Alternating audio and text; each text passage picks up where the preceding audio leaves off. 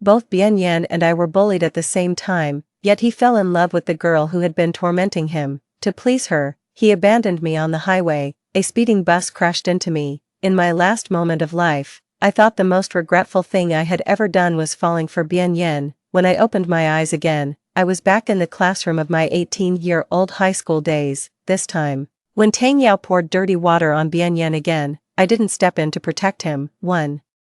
Stinky orphan, no one loves you, he, who are you pretending to be noble for? The summer sun shone brightly, and in the noisy classroom, I was back in high school once more. Tang Yao poured the dirty water from the glass bottle onto Bien Yen. She was followed by several lackeys. Ugh, it stinks so bad. A group of people burst into laughter. Bien Yen was at a loss, his body soaked, looking like a pitiful little animal. I just lay on the desk, motionless. I was truly curious.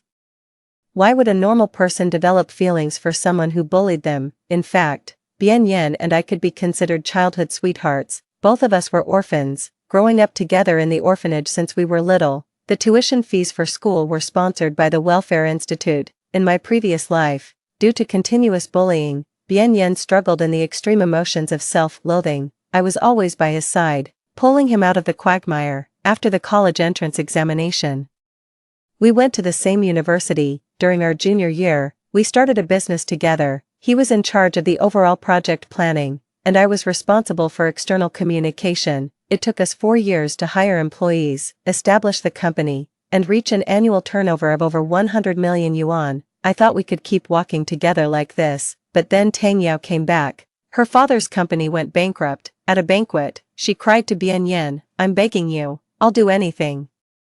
Please save my dad." Bien Yen gave her a cold look. "What can you offer me?" Although he said that, he kept Tang Yao by his side. He not only invested a large sum of money in her father's company but also fulfilled all her wayward demands. He was incredibly good to her. I even stormed into Bien Yan's office and queried him, "Do you know what you're doing? Her father's company is a bottomless pit with a mountain of bad debts. You're risking all our years of hard work." He looked at me, shook his head, and smiled bitterly. "Qixia, you don't understand me." Indeed, I didn't understand him. After he let Tang Yao slap me, I decided to leave Bien Yen, but there were too many funds jointly involved between Bien Yen and me, and it wasn't easy to divide them up immediately, especially that year. There was a huge project that required both of us to participate, but I never expected that on the way to that project, he would bring Tang Yao along. I lost my temper for the first time.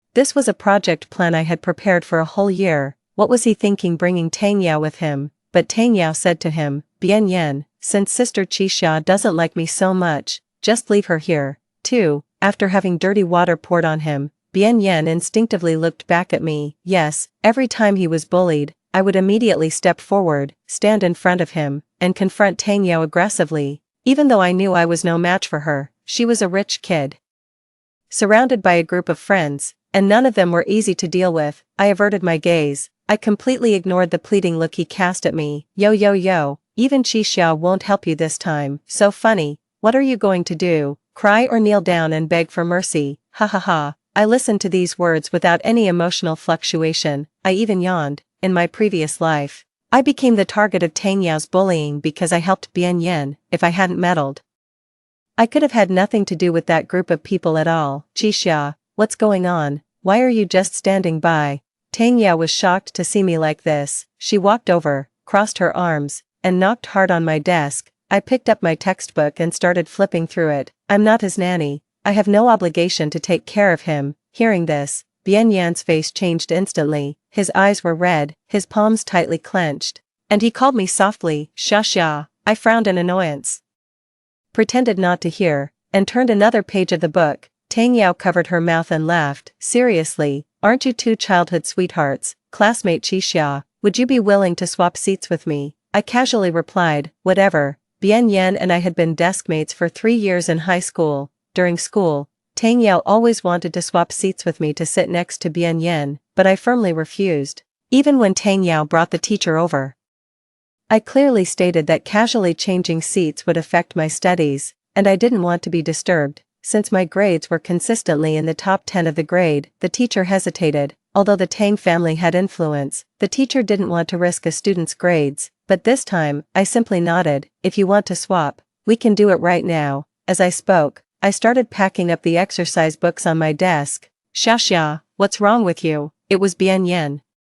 He suddenly grabbed my wrist, looked at me intently, his lips trembling, and his voice tinged with grievance. What did I do to make you angry? I sighed, then I shook off Bian Yan's hand. Don't call me Xia anymore. 3. I carried my school bag and walked to Tang Yao's seat. I could vaguely guess why Tang Yao wanted to swap seats. A big part of it must be because of her deskmate, He Tingzhou. I stole a quick glance at the gloomy teenager sitting beside me, not daring to say much, and quietly started arranging my books. In my previous life, I didn't have much interaction with He Tingzhou, but I still had a deep impression of him. He came from a wealthy family, his father was a well-known real estate tycoon, and his mother was an artist. His life should have been smooth sailing, but in primary school, he had a serious car accident that left his calf disabled, and he could no longer stand up. From then on, he was confined to a wheelchair.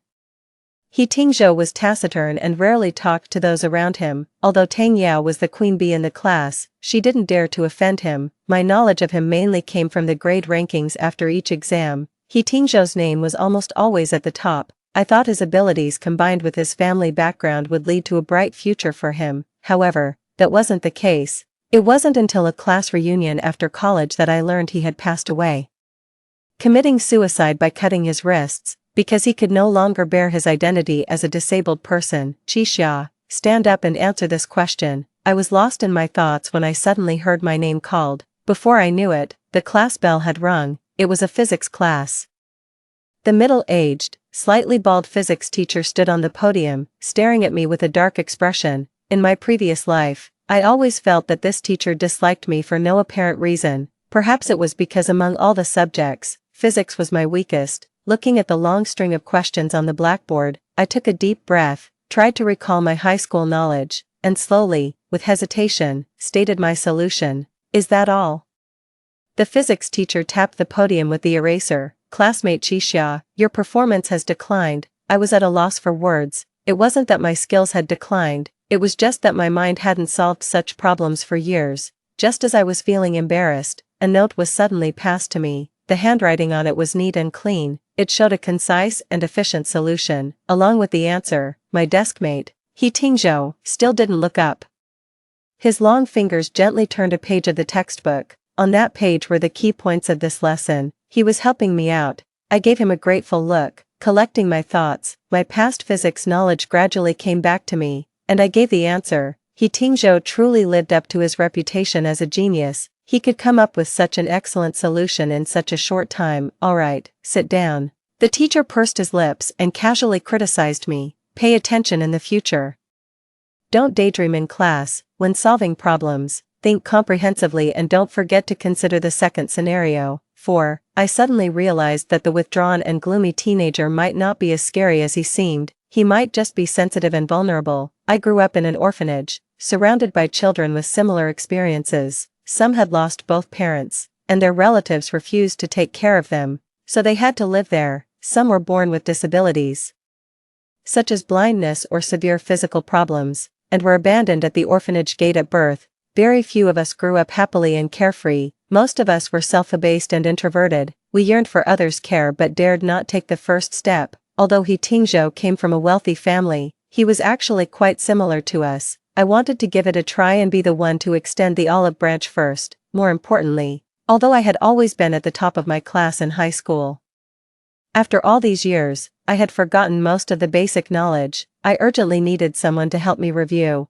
I decided to ask the academic genius, He Tingzhou, to be my teacher. The next day, I placed the cookies I made on He Tingzhou's desk. His hand holding the pen paused. He looked up and stared straight at me. I tried to give him a sincere smile. He Tingzhou, thank you for helping me in yesterday's physics class. These are my token of gratitude. He glanced at the cookies. He casually asked, did you make these? Yes, I was confident in my cooking skills. There weren't many caregivers in the orphanage. Since I was 6 or 7 years old, I had to learn to take care of myself. Doing laundry, cleaning, and cooking were all routine tasks. When Bian Yan was a child, he was very skinny, and sometimes his lunch would be snatched away by older kids. To make sure he didn't go hungry, I would sneak into the kitchen at night to see what food I could cook.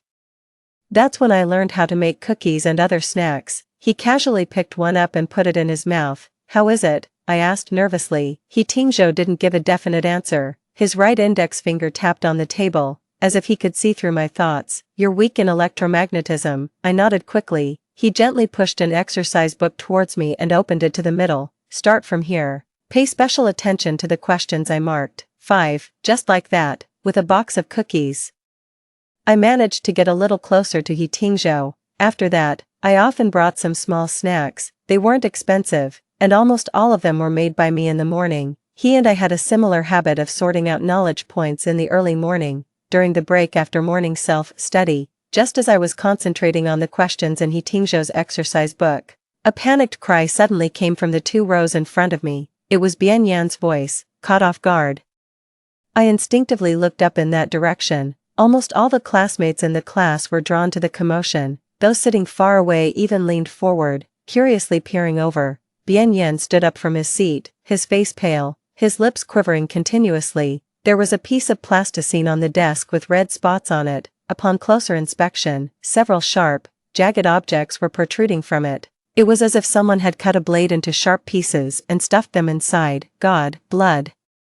There's blood, a girl sitting by the aisle exclaimed. Only then did I notice that there was a noticeable wound on Bian Yan's hand hanging by his side, with blood dripping onto the floor. You didn't even last 10 seconds. Why did you let go? Tang Yao rolled her eyes. She poked Bian Yan's stomach with a ruler. You lose this game. Bian Yan lowered his head and said softly, I didn't know there was a blade in the eraser. Please don't play such dangerous games anymore. What a buzzkill.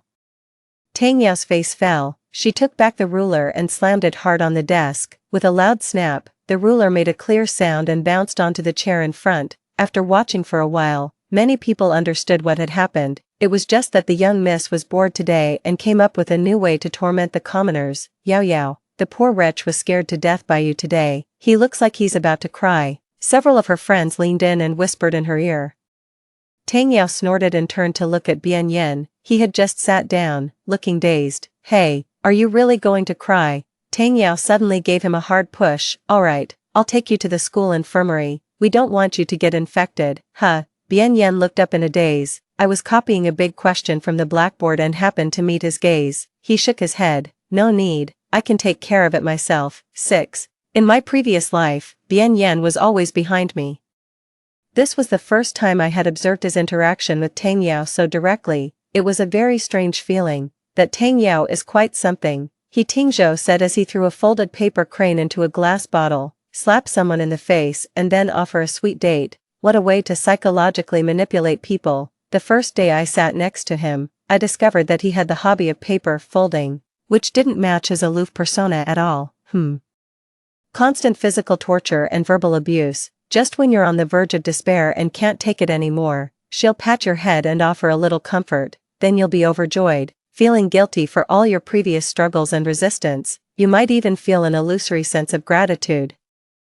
Thinking, she's actually so good to me. Was that really the case? My mind was in a jumble, and I kept stabbing the scratch paper with the tip of my pen. I didn't even notice when Bian Yan came up beside me. Xia. He stood by my desk, his shadow falling on my book pages. My hand is injured. Can you bandage it for me? In the past, without him asking, I would have already taken his hand forwardly and gotten out the alcohol and gauze. No. Perhaps I wouldn't have even allowed him to get hurt in the first place. I would have grabbed Tang Yao by the collar, pinned her to the ground, and told her, want to play games? I'll play with you. But now, I knew that some people weren't worth your efforts. The school infirmary is open 24 hours a day. I'm sure you know where it is, I said coldly, turning my attention back to the half-finished problem at hand. But, Bian Yan forced a smile. This time, he directly placed his hand on my desk. Xia, it really hurts. The wound on his hand was clearly deep, blood was still seeping out, even dripping onto my desk. I was really getting irritated. I didn't know if I had been too good to Bian Yan in the past, which led him to develop the habit of relying on me. Take your hand away. It's dirty, He Tingzhou suddenly interjected, looking up from his textbook. He grabbed a few tissues and threw them over. Wipe it up quickly, if you want to play such stupid games. Don't mess up other people's desks. The air seemed to freeze for a moment. I had to admit, He Tingzhou knew how to strike at the heart. Bian Yan slowly suppressed the smile on his lips, and his back straightened little by little. He actually picked up the tissues He Tingzhou had thrown over, gripping them with his slender fingers and vigorously wiping his wound. Some pieces of paper stuck to the surface of the wound. Just looking at it made me wince. He actually had a bit of pride in his bones. Let's switch seats. He stared directly into He Tingzhou's eyes. Qi Xia and I have always been desk mates. There's no need to separate us. Oh, so what? He Tingzhou smiled. What does that have to do with me? I like this seat and don't want to move at all. Besides, aren't you going to ask classmate Qi Xia if she wants to sit with you? He Tingzhou took out another piece of paper from his metal box and started folding a paper crane nonchalantly. The question was now directed at me.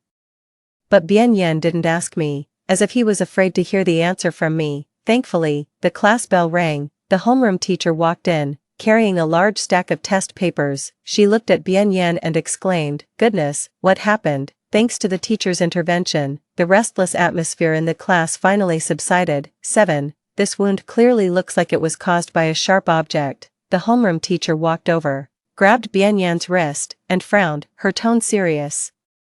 How could such a dangerous thing happen in the classroom? Tell me, exactly what happened. I guessed that he definitely wouldn't mention Tang Yao's name. Sure enough, Bian Yan bit his lip and remained silent. The homeroom teacher was obviously dissatisfied with this answer. She randomly pointed at a student who had her head down. "You, tell me what exactly happened during the last break." The girl kept her head down, stammering, and finally managed to squeeze out, "I went to the restroom."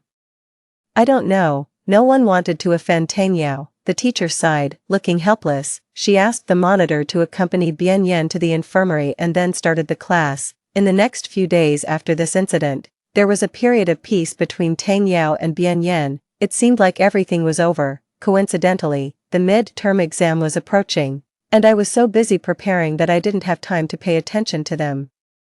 And He Tingzhou and I seemed to have more and more topics in common. I was surprised to find that when I was in primary school, I had even been to the wealthy area where He Tingzhou lived. At that time, a wealthy merchant donated a large sum of money to our orphanage. He was very old and had no children. His only wish was for some children to visit him often. In the year before he passed away, we went to see him almost every month. Sometimes we sang and talked with him.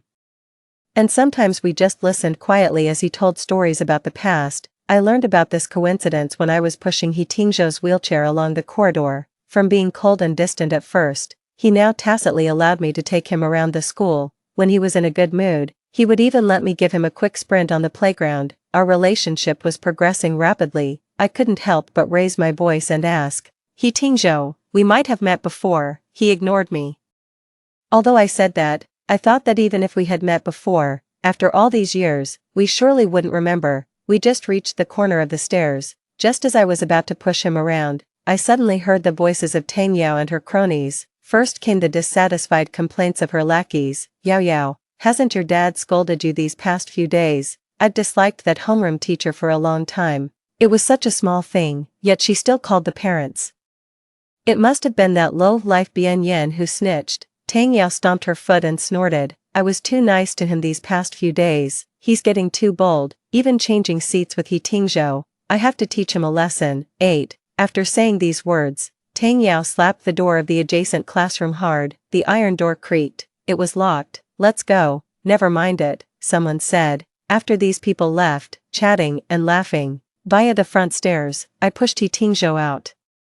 That classroom was a storage room. It had a dark green painted door, and inside were discarded teaching aids and equipment. It was only opened once every few months. There were no windows, and it was dim and gloomy. Looking at the backs of Tang Yao and the others as they left, I felt that something was off about this. From what they said, it seemed that when Bian Yan was cut by the knife, the homeroom teacher had called Tang Yao's parents, and these people suspected that Bian Yan had snitched. Although it was almost certain that things weren't as they thought, given their personalities, they would surely seek revenge. I looked at this storage room. Could it be that they locked Bian Yan inside? Actually, I didn't care what happened to Bian Yan at all. But then I suddenly remembered that this person suffered from claustrophobia. Bian Yan was brought to the welfare institute by the police. He was very young, around 4 or 5 years old. The neighbors called the police because there was a foul smell coming from his house. When the police arrived, they found that both his parents had committed suicide at home. He was huddled up, hiding in the closet for several days. If a meticulous female police officer hadn't opened the closet door, He might have been overlooked. When the female police officer carried Bien Yen out, he had wounds all over his body, wounds from being whipped with a belt, beaten with a stool, and even from having nails dug into his skin and twisted. The neighbor stood at the door, covering their nose with one hand and saying in disgust, "That couple was crazy, they fought every day." After the fights, when they were in a bad mood, they would beat the child. Every night, we could hear the child crying. It was so annoying. I thought they would die with their son, but they had a bit of conscience and left the child alive. When Bien Yen introduced himself at the Welfare Institute for the first time, he said, "My name is Bien Yen." Some children laughed and said, "What a strange name, your parents must hate you." Bien Yen looked around nervously. Later, he told me, "Xia, I envy you so much, your parents died saving others. My parents always beat me. Sometimes when they didn't want to hit me anymore, my mom would lock me in the closet for a long time and only let me out when she remembered. But I'm so afraid of the dark." I told her I was scared so many times, but she didn't believe me. Xia, I wish so much that my parents loved me. What did I say then? I took hold of Bien Yan's wrist. I said, "Don't be afraid, I won't let anyone bully you again." 9. I raised my hand and knocked on the door of the storage room. When Bien Yan was locked in a dark, closed room, he would often become anxious, feel suffocated, and might even hurt himself. Just as I was about to lean in and listen for any movement inside, my sleeve was suddenly tugged. He Tingzhou beside me frowned, looking a bit unwell. "Xia, I don't feel well." I bent down and asked, "What's wrong?" He clutched his stomach. "My stomach hurts. If something really happened to He Tingzhou, I wouldn't be able to handle it alone." I quickly pushed him to the infirmary. Rushing in, I shouted, "Teacher, a student isn't feeling well." The school nurse, wearing a white coat, came out from the inner room. When he saw He Tingzhou, he exclaimed, "Ah, if it isn't classmate He." I was taken aback, thinking that He Tingzhou must be a frequent visitor to the infirmary. "What's the matter today?" The nurse washed his hands, took the wheelchair from me, and pushed He Tingzhou into the inner room. He glanced at me and nodded.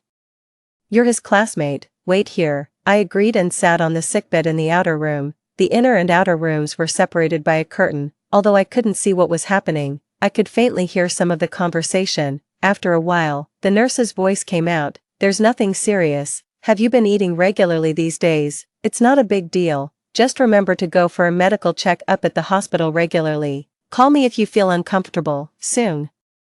The nurse pushed He Tingzhou back out to me. He kept his head down, and I couldn't see his expression clearly. I couldn't help but wonder, was there really something wrong with He Tingzhou's health? If he wasn't actually feeling unwell, why did he drag me to the infirmary? My mind was filled with these thoughts, and I didn't speak for a while. He Tingzhou was the first to break the silence. He coughed twice and looked up at me. "Xia, I have something I want to give you." "What is it?" 10.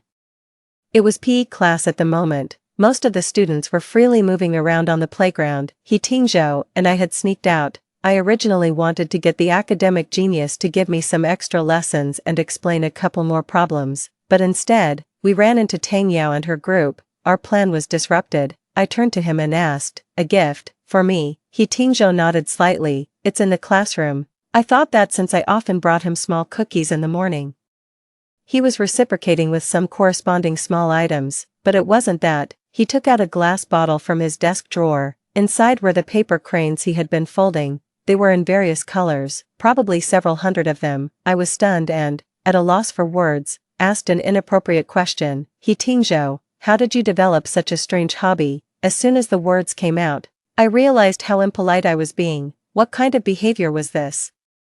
Instead of immediately accepting the gift and saying thank you, I was blabbering nonsense. My face instantly turned red, and I waved my hands in a panic. "No, that's not what I meant." But He Tingzhou wasn't angry. He looked at me seriously and smiled. "Xia, you were the one who gave me my first paper crane." His expression was completely serious, not at all like he was joking. 10 years ago, he opened the jar, took one out, and placed it in my hand. "Do you remember? 10 years ago."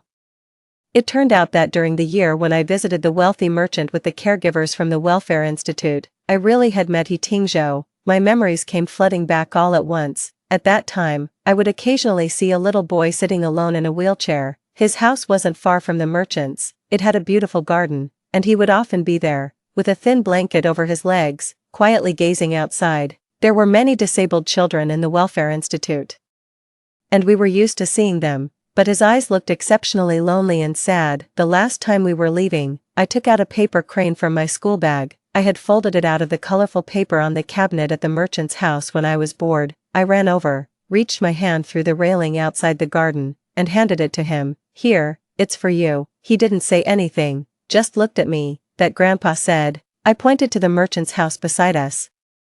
Paper cranes can carry people up to the sky. I'm giving you one so you can fly out of this garden and take a look. 11. I held that small piece of folded paper. So the paper crane from 10 years ago had, after many twists and turns, returned to my hands. I've been waiting for you to come back, He Tingzhou said softly. He gently tapped on the glass jar. Later, I started folding paper cranes. Since you used to come on weekends, I would fold one every weekend. Like a pitiful little child making a wish, but you never showed up again. I sat down. For a moment, I even felt guilty. I didn't know that such a small action of mine could have had such a big impact on He Tingzhou. He looked up at the sky outside the window, as if recalling the past. At that time, I had my leg injured in an accident, and my whole world turned dark. My family was wealthy, and I had the best doctors treating me. My parents still seemed to love me. But I knew that I would never be the same as others again. When you came, my mother had just gotten pregnant. She smiled and asked me, Tingzhou, you're going to have a little brother, aren't you happy? I wasn't happy. I felt abandoned, but I couldn't say it. If I did, everyone would think I was being willful and selfish. So, Qi Xia, when you said the paper crane could take me away, I really wanted to leave with you. At this moment, He Tingzhou truly showed his vulnerable and sensitive side for the first time, afraid of being abandoned, afraid of being treated as an outsider. I took a deep breath and finally said, He Tingzhou, no one will abandon you this time. He tilted his head, and a charming smile appeared on his lips. Really, even if Bian Yan comes, you'll still choose me. I was a bit confused. Why compare yourself to that guy? I have nothing to do with him. Yes, Qi Xia, he doesn't deserve it. He Tingzhou reached out and held my fingers. I sometimes wonder why, since He Tingzhou knew me so long ago, he never mentioned it to me in our past life. Back then, we were like two parallel lines, moving straight in one direction without any intersection. A long time later, when we were already in college, he took over the business of an important department in his father's company. And I was preparing to pursue a master's degree. On weekends, we went on dates to coffee shops. I was poring over the formulas in my professional textbooks while he leaned over and insisted on playing with my hair. Suddenly, I thought of something. He Tingzhou, if I hadn't sat next to you in high school, wouldn't we have gone our separate ways? He shook his head and said cockily, I would have written you love letters. When you saw them, you'd definitely be moved to tears by our fate. I gave him a light tap on the head. Humph. I just took his words as a casual joke. After all, in my past life, I never saw any love letters. 12. I closed the lid of the paper crane jar and put it in my backpack. After a while, the bell rang, signaling the end of the PE class. Students gradually returned to the classroom, including Tang Yao and her friends. They were chatting and laughing, looking extremely happy. There were still 2 self-study periods in the afternoon before school ended. During these 2 periods, many students would skip class and go home early, without a teacher's supervision. About 1/3 of the classroom would usually be empty, and this time, Bian Yan was also absent. He still hadn't shown up by the next morning. It was the 2nd period, and the homeroom teacher quickly noticed that some students were missing when she looked at the classroom. Did Bian Yan ask for leave? She called the class monitor out. The monitor shook his head, clearly not knowing anything about it. Due to Bian Yan's special circumstances, there were no parents to contact, and the only option was to call the welfare institute if they needed to reach his guardian. Although it was troublesome, it seemed to be the only way for now. The scene of seeing Tang Yao and the others in front of the storage room the previous day flashed through my mind. I never expected them to go so far as to lock Bian Yan in the storage room for so long. If this matter was delayed any further, it would become very serious. Teacher, I seemed to hear some noises near the storage room yesterday. I raised my hand and stood up. The storage room. The homeroom teacher was taken aback, then quickly understood. She randomly pointed at several students. Monitor, Qi Xia, you all come with me. After thinking for a moment, she pointed at Tang Yao. You come too. When the security guard arrived with the key, the storage room was immediately opened. It was pitch dark inside, and the air smelled like rusty iron sheets, damp and musty. There were all kinds of unused sports equipment scattered on the floor. and we had to be careful not to trip with every step. The security guard fumbled with the wall outside the corridor for a long time before finally finding the light switch. The moment the lights came on, it was so blinding that it almost made us close our eyes. "Isn't that Bien Yen?" someone suddenly exclaimed. "My God. What happened to him? Someone call 120. Bien Yen was curled up inside a cabinet in the corner, hugging his body tightly with his arms. Beside his feet was a piece of iron that had fallen off some equipment. His arms were covered with deep blood marks from being scratched by the iron piece. He slowly raised his head, revealing his wet eyes. But there was no light in his gaze. He murmured softly, "Dad, Mom, Shashya, I'm scared." 13. Shashya. Bien Yen saw me at the first glance. He stood up shakily, walked through the crowd, and hugged me tightly. "Chi-xia, I knew you'd come. I knew you'd come for me." His voice was filled with grievance, confusion, and cautious dependence. "You said you'd never leave me." He stretched out his arms, showing those deep and shallow wounds. "It hurts, but I told myself that you wouldn't abandon me." It would take a while for the ambulance to arrive, seeing the student in this state. The homeroom teacher's previous anxiety turned into anger. "Who did this prank? If no one says anything, we'll check the surveillance." This kind of atmosphere in the class has been around for a long time, and it's time to put a stop to it. After saying that, she stormed out of the storage room, asking the security guard to take her to the surveillance room and telling the monitor to notify her when the doctor arrived. "Damn, so pathetic. You're good at snitching, aren't you?" Little Miss Innocent. Tang Yao crossed her arms, leaned against the wall, and looked at us coldly. I pushed Bien Yen away and faced her. "What do you mean? Don't you understand what I mean? Didn't you just tattle to the homeroom teacher in class, trying to get back at me? Huh, if I really get punished, none of you will get away with it." "Humph. I didn't want to interfere when she bullied Bien Yen some time ago, but today, she came here to cause trouble again. Why should I put up with this?" I was about to go over and argue with her when Bien Yen suddenly stepped in front of me. "Tang Yao, it was you who locked me in the storage room. It's not fair for you to say such things about Chi-xia," Bien Yen said. In both this life and my past life, this was the first time he stood up to Tang Yao for me. Tang Yao was as surprised as I was. After a moment of shock, she clearly showed her dissatisfaction. She raised her hand and slapped Bien Yen across the face. "What's wrong with what I said about Chi-xia? I can say whatever I want about her. What are you babbling on about here? Bien Yen, you're so funny. Do you like her or something?" Seeing the situation getting out of control, the class monitor jumped in to mediate. "Come on, we're all classmates, let's talk this out. Tang Yao, don't be impulsive. Bien Yen, just apologize and it'll be over." Unfortunately, our class monitor was known for being a pushover. His feeble words were not enough to calm the chaos. Tang Yao grabbed Bien Yen by the collar and said each word mockingly. "Little orphan, I advise you to give up. Your Shasha doesn't want you anymore. She's already with that cripple He Tingzhou in the class. Even though he's disabled, his family is rich. And he's good at studying. What do you have, besides your looks? Ask yourself, what does a stinky orphan like you, with no parents, have?" 14. Shut up. Bien Yan's face instantly turned extremely pale. He looked panicked but didn't dare to look at me. He just held on to Tang Yao tightly and kept repeating, "Shut up. I told you to shut up." "I won't. Did you know? They skipped PE class together yesterday afternoon and sneaked into the classroom. Who knows what they were doing?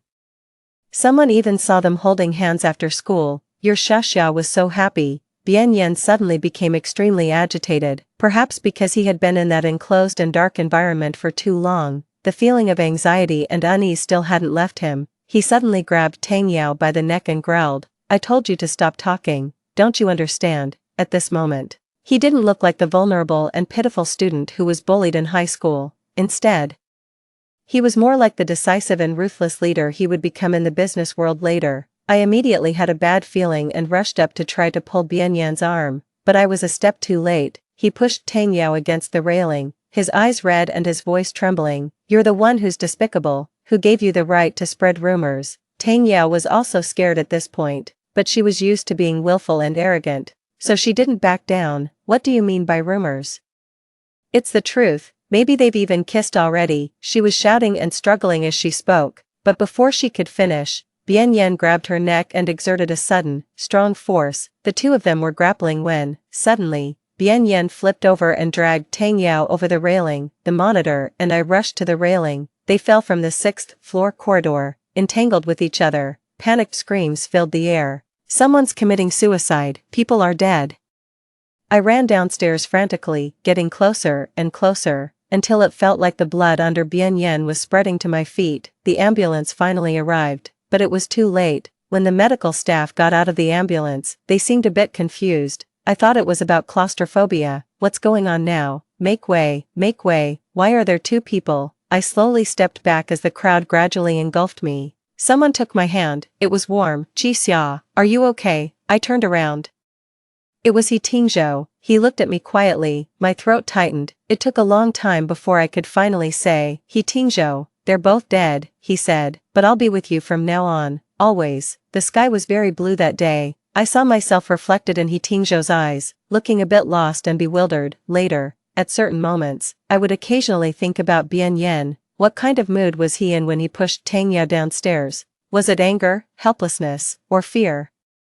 But no matter what the truth was, my life was truly no longer related to him. I loved the person who wholeheartedly cared only for me. Side story, Bien Yen. 1. I couldn't get in touch with Qixia. She didn't reply to my WeChat messages, and her phone was unreachable. This was the first time this had happened. For a moment, I wondered if she was still angry about me bringing Tang Yao to the entrepreneurship conference, but then I thought Qixia was being unreasonable.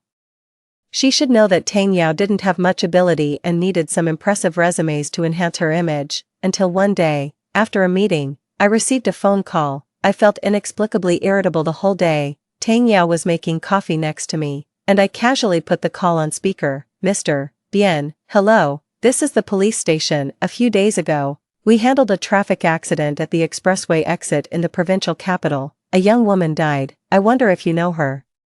My temples were throbbing. Tang Yao placed the coffee beside me. That damned policeman kept talking. Since she has no parents or relatives, we found that you were the friend she contacted the most. Would you be available to come and take care of Qixia's final arrangements? I angrily threw my phone away. Nonsense, what are you talking about? The call ended with a beeping sound. Liars. Tang Yao crossed her arms, leaned against the wall, and looked at me coldly. Haven't you seen the news? A few days ago, on the expressway we took to the conference, a bus lost control and killed a woman. I found Tang Yao so detestable for the first time and interrupted her sharply. Get out. She looked at me in disbelief. What did you say? I repeated. Get out of here. Fine, you said it yourself. Don't beg me to come back. Bien Yen. 2. Qixia couldn't be dead. A long time ago, in the orphanage. She told me she would never leave me, so when I went to the police station and saw her body, I still couldn't believe it. I clenched my fists tightly. I realized that I was actually afraid of the truth, so afraid that I was shaking. Sign here. The policeman's voice was cold and matter of fact. My voice was hoarse. Actually, I wanted to ask if she had said anything before she died, but I knew there wouldn't be anything, especially nothing about me. After that, I found that my emotions were becoming more and more unstable. I became irritable and prone to anger. Often falling into bouts of emptiness and confusion, I went back to the orphanage and donated a large sum of money. The director treated me like an important person. Mr. Bien, our caregivers often tell the children about you. They all say they want to follow your example. I looked at these children. They were as small and pitiful as I once was, but I didn't feel any closeness. Instead, I felt a bit of disgust. I said, I want to take a walk around the orphanage by myself. The director didn't suspect anything and thought I was just nostalgic for my childhood. I walked alone and came to the dormitory area. The children had been taken away by the caregivers for activities, and it was empty now. I opened the door and immediately saw the room where Qixia used to live. Of course, her things were no longer there, but I still felt like I could see traces of her presence, like that small single bed, the worn-out bedside table, and the wooden wardrobe. I closed my eyes and recalled the scenes from when I was a child, excitedly coming here to find her every night. Vaguely, it seemed like she was still here, sitting by the bed waiting for me. My Xiaxia, my Xiaxia. I opened the wardrobe and hid inside. Would my Xiaxia come to find me? 3. It was 2 days later when my assistant finally found me. He couldn't get in touch with me, and when my phone wasn't working, he had no choice but to drive to the orphanage. The director thought I had left without saying goodbye, but when they checked the surveillance, they found that I was actually hiding in a child's wardrobe. Everyone was shocked. My unstable mental condition could no longer be hidden. The company hired a renowned psychiatrist for me.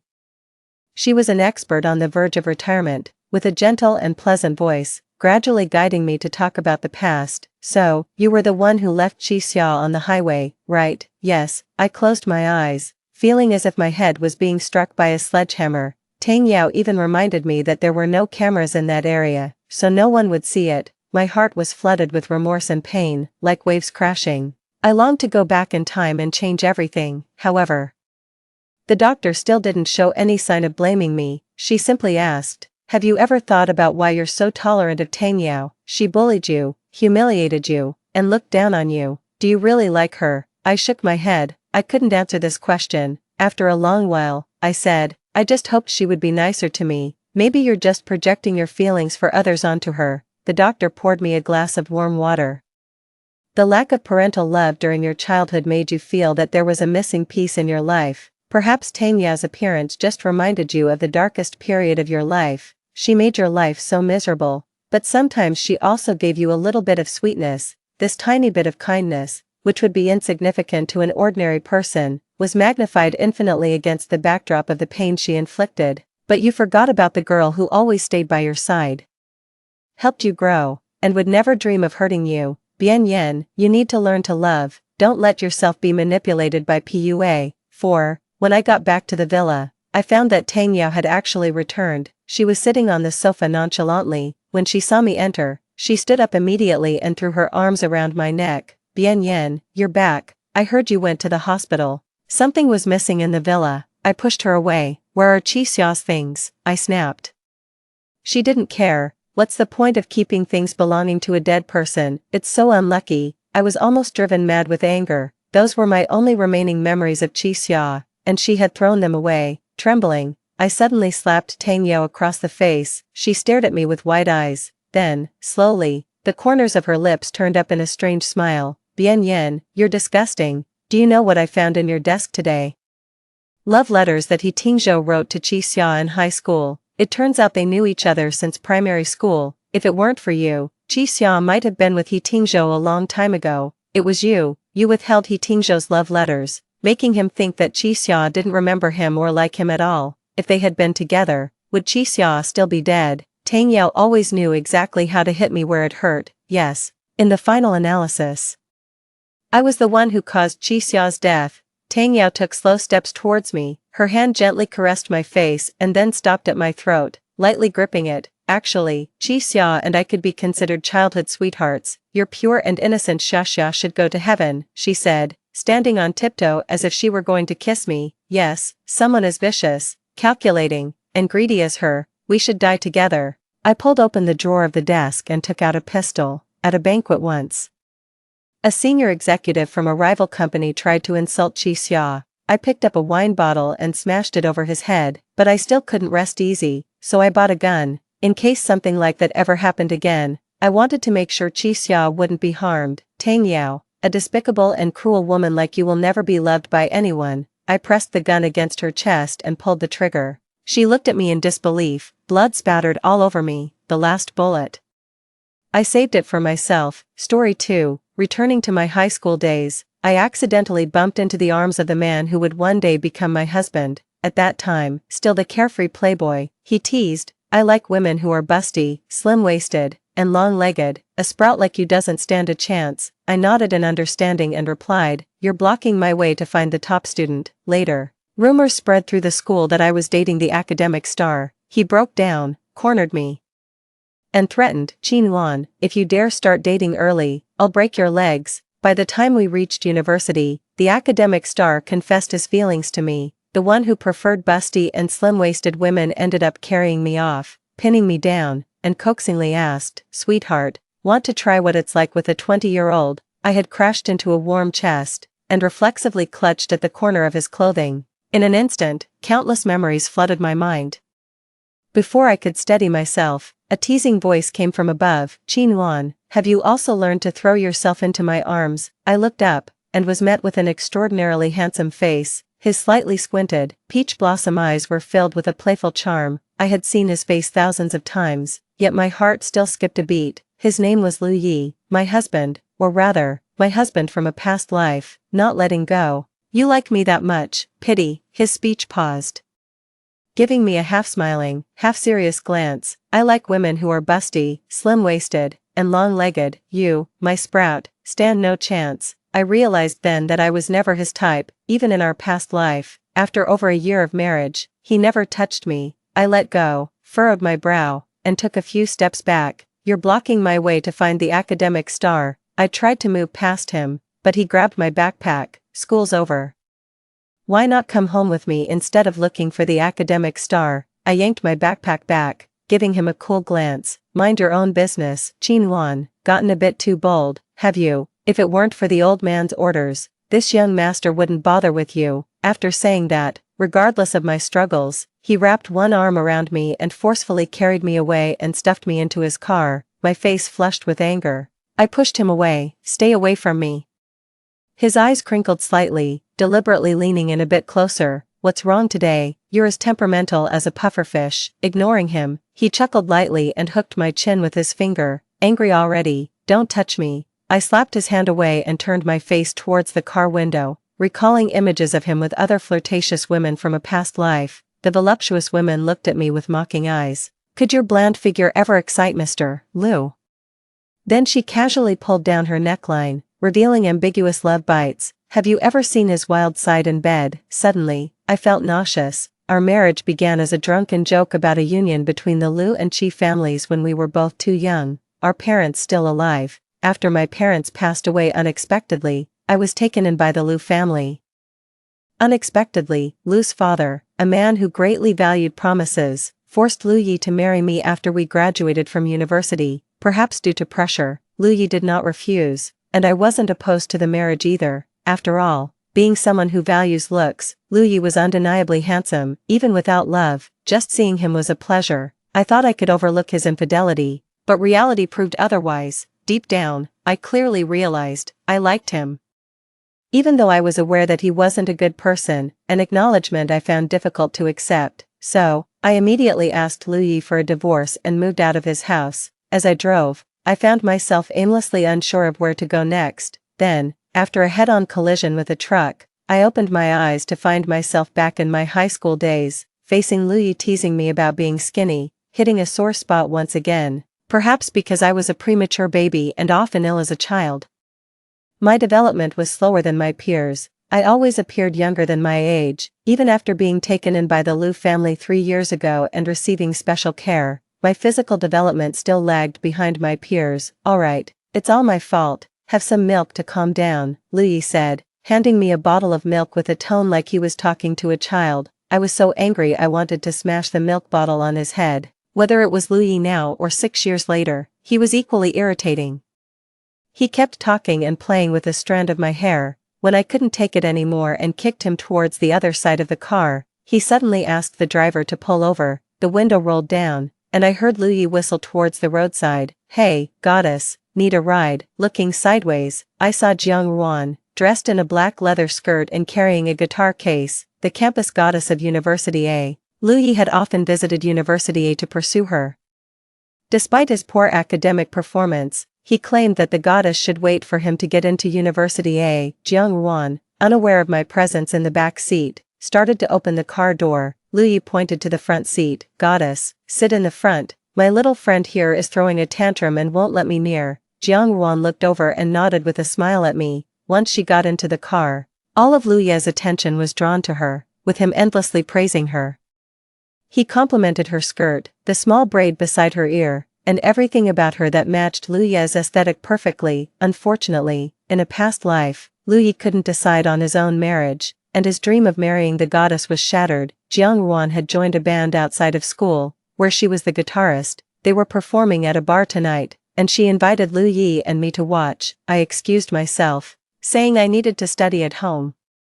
Liu Yi disagreed irrationally and dragged me straight into the bar saying, all you know is studying, you've become dumb from it. Facing Liu Yi, who was already 1.8 meters tall, I felt as powerless as a little chick. Other than calling him a tyrant, I had no choice. After sitting down, Jiang Ruan left first to prepare backstage. After a few romantic songs, it was Jiang Ruan's band's turn, different from the earlier soft tunes. Their music ignited the whole venue.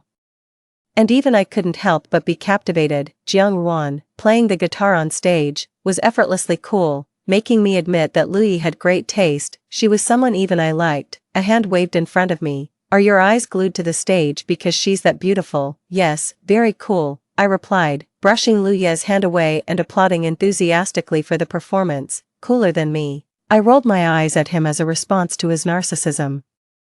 Louis clicked his tongue and shook his head. You've seen nothing yet, let me show you what cool really is. As one performance ended, he stood up, walked to the stage, and after whispering something to the drummer, took his place. Under the spotlight, he winked at me as if to say, watch this. With a mix of roguish charm and wildness, he easily thrilled the entire audience with his drumming. People in the crowd began to scream and take photos. That guy on the drums is way too handsome. Even Jiang Ruan showed a look of admiration. As we were leaving, Louis walked backwards in front of me, a smug look on his face. How about that? I'm cooler than those professional musicians, right? With this face of mine, I'd be a top star in the entertainment industry. Louis. Jiang Ruan ran out after him, her voice still slightly breathless. Louis stopped and turned, his peach blossom eyes smiling warmly at her. What's up? Jiang Ruan moved closer, seemed like she wanted to say something, but hesitated upon seeing me. You guys talk, I'll head to the car first. I thoughtfully gave them some space. From the car, I watched the two of them under the dim streetlight, standing facing each other. Jiang Ruan tucked her slightly messy hair behind her ear, her cheeks tinged with shyness. She clenched her fist, as if mustering all her courage, and then on tiptoe, she kissed Louis on the cheek. My pupils dilated. My heart felt as if it was being maliciously squeezed. Louis suddenly looked over.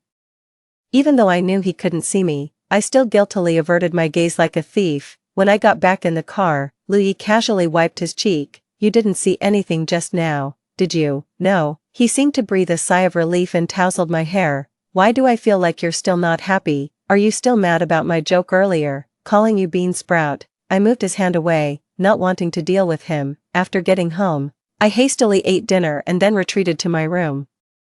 Pulling out my workbook, I stared at the unfamiliar problems until my head throbbed, and finally, I just closed the book and went to bed. In my groggy mind, all sorts of jumbled memories threatened to explode my brain. Gradually, my entire body felt as if it was in a furnace, my bones aching from the heat. In a haze, I seemed to see Louis's face, twisted and terrifying. He reached out to hug me, and I stared at his cheek. Crying out in irritation, I disgustingly pushed his face away.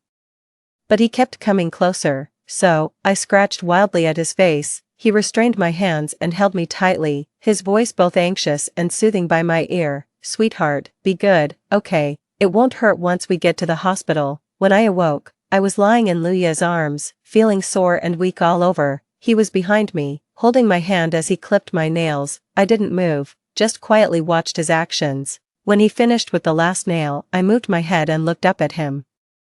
His handsome face now bore several scratch marks. Louis, will you be my brother? He placed his hand on my forehead. Silly, haven't I always been your brother? A sense of security instantly filled my hollow heart, as if I had grabbed a lifeline. Maybe I was wrong in a past life. Being relatives suits us better than lovers. With this realization, even Louis seemed more agreeable to me. I guiltily pointed at the scratch marks on his face. Did I do that? He propped me up against the headboard and took a thermal lunchbox from the table. He scooped up a spoonful of rice porridge and brought it to my lips. Who else would dare touch my face but you? I gave a sheepish smile and apologized. I reached for the spoon to feed myself, but he moved it away. Don't move around, you really are my ancestor now. The old man would have come through the phone to smack me for not taking good care of you if he knew. I don't know how he gets his information so quickly abroad. There must be a traitor in the family, daring to tattle on me. Listening to his complaints, I suddenly felt like laughing. It's great to have a chance to live again. This time, I will definitely find my happiness. After recovering from my illness, I threw myself into my studies. Besides that, I began to drink milk and eat nutritious meals every day, and I kept up with regular exercise. I believed that with my efforts, I would develop better than in my previous life. Louis noticed that I had signed up for yoga at the gym and he signed up for basketball. Usually, at this time after school, he would have been playing games on his computer. I thought about it and advised him, you don't need to exercise just to keep me company. I can manage on my own. He glanced at me sideways. Who said I'm doing this for you? I just felt like playing basketball. I shrugged and ignored him. An hour later, when the yoga class ended, I was leaning on the wall as I walked out of the studio. As soon as I stepped out, a hand grabbed my arm, and Lu Ye's voice came from above. "What's wrong with your legs?" Trying hard not to cry, I said, "I have a cramp." He sighed and squatted in front of me. "Chi-won, what would you do without me? Come on, I'll carry you back." "No need. I can walk slowly." Lu Yi reached out and swept me into his arms, disregarding my protest. "Hold tight, or don't blame me if you fall." "Lu Yi, put me down." He pretended to throw me, which frightened me into clinging tightly around his neck. His prank successful, he laughed heartily. "Now you're behaving." Annoyed, I pinched his cheek hard. He then suddenly sped up. "Lu Yi, slow down, I'm scared, say something nice." Lu Yi is the kindest person in the world. Lu Yi is not nice at all. He's the most unreasonable person in the world. That was my first thought when he accused me of puppy love a week ago. After a pop quiz, looking at my disastrous test paper, I approached Yan Zhao from the next class, hoping to discuss my academic issues. After all, he was known for his excellent academic performance and was patient and good-tempered. His way of explaining topics was easier to understand than the teacher's. And I had consulted him before, this time, too. I approached him with ease. After flipping through my test paper, Yan Zhao gave me a strange look. "Did you write this mess on purpose? You weren't this bad before." I smiled awkwardly. I hadn't touched high school problems for years. How could my level not drop? If I said I woke up and forgot everything I knew, would you believe me? He didn't comment and just started explaining the problems to me. This continued for a week, and as a thank you, I would bring him some tasty treats. Over time, rumors started flying. Rumors said I was feigning ignorance under the guise of seeking advice, but actually, I was pursuing Yan Zhao. Some even took misaligned photos and posted them on the school forum. What was merely me whispering a question in Yan Zhao's ear was shot as if I was kissing him. My leaning on his chair was captured as if I was resting on his shoulder. When I was unaware of these pictures on the forum, Lu Yi suddenly appeared, his face full of anger. He yanked me up from the seat next to Yan Zhao. "Lu Yi, what are you doing?" He gripped my hand painfully. His strength was great. I just couldn't break free. After being forcibly dragged out of the classroom, Lu Yi pulled me into an empty classroom. He trapped me between his arms and scolded me harshly. "Qinwan, how old are you to be thinking about dating so early?" "I'm not dating anyone early." "If you're not dating, then why were you so close and affectionate with him? If it's a peck on the cheek now, will it be a kiss on the lips next?" "I told you I'm not." "Stop falsely accusing me." I had never been yelled at like this in my life. He wouldn't believe what I said, and in my panic, tears uncontrollably started flowing. A knock on the door interrupted us, and the anxious voice of Yan Zhao came through. "Qinwan, are you in there?" Lu Yi's temper flared even more. "From now on, you are forbidden from seeing him. Do you hear? Who I see is none of your business.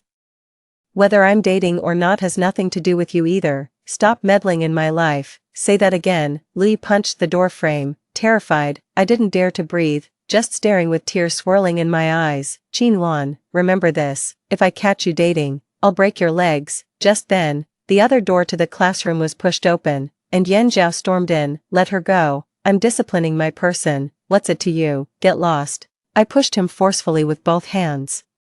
"I'm not your possession. You're the one who should get lost." Lu Yi sneered. "Oh really? I can't manage you. Is that it? Then I'll call someone who can." 2 hours later, at the guidance office, Lu Yi's mother and Yan Zhao's parents were all present. The corridor outside the window was filled with curious classmates. I wished I could just disappear. In my last life, I never had to have my parents called in during my whole student career. This life, however, I was experiencing a social death. Lu Yi, the instigator, stood with his arms crossed against the wall, waiting to see me get disciplined. I glared at him fiercely and explained to everyone that Yan Zhao and I were not in a romantic relationship. Yan Zhao also insisted it was all rumors and demanded an investigation into who was spreading manipulated photos online. After a series of questions and investigations, the truth finally came to light. The student who took the photos admitted their mistake and apologized to me and Yan Zhao.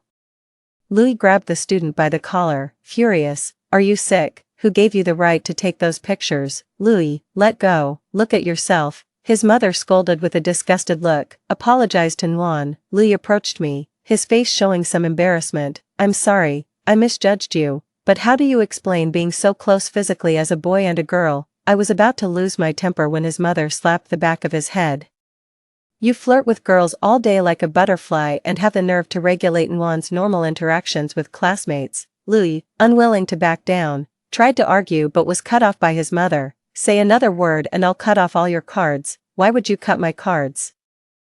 I still need to buy her a dress. His voice was so low, almost a whisper. Thinking he was still arguing, his mother glared at him. She then turned to thank Yan Zhao and invited him to visit their home often. Louis snorted disdainfully, his eyes rolling. After the drama, Louis's mother hurried back to work. School was just about to be dismissed, and Louis grabbed my arm, wanting to take me home. I sharply pulled away. Men and women should not touch each other. He took a deep breath, his knuckles ready to rap my head, but he restrained himself. On the way back, Louis opened the car door for me, but I ignored him and walked straight to the passenger side. At dinner time, he sat on the left side of the rectangular dining table, so I took the seat on the far right. As he stood up to move closer, I raised my hand to stop him. Men and women should not get too close. This upset Louis so much that he lost his appetite and sullenly returned to his room. Before bedtime, there was a knock on my door. Opening it, I saw Louis and was about to close the door on him,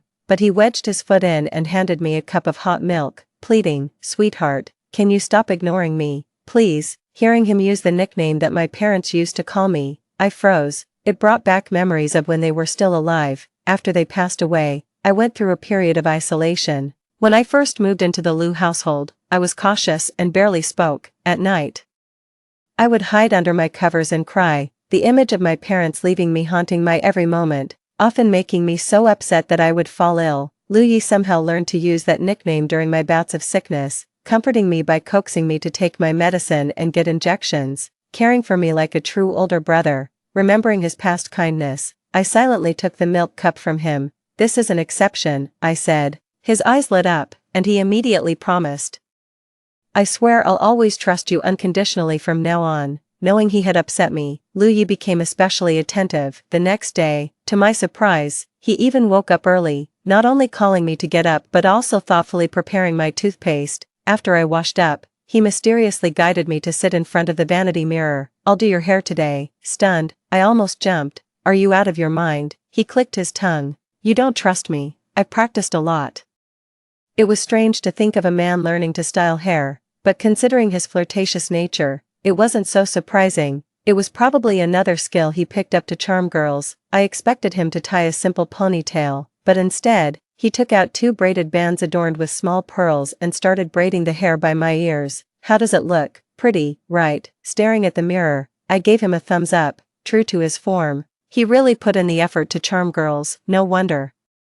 Despite his flirty ways, he was still popular among the ladies. If he were a bit more faithful, he could have been hailed as a living legend. On the weekend, Yan Zhao came to the Liu house to see me. Seeing him, Luya's face darkened. "For someone touted as a scholar, you should understand basic pleasantries, right?" Yan Zhao pushed up his glasses and said calmly, "Liu, you might not be aware, but your mother hired me to tutor Qin Wan until the college entrance exams."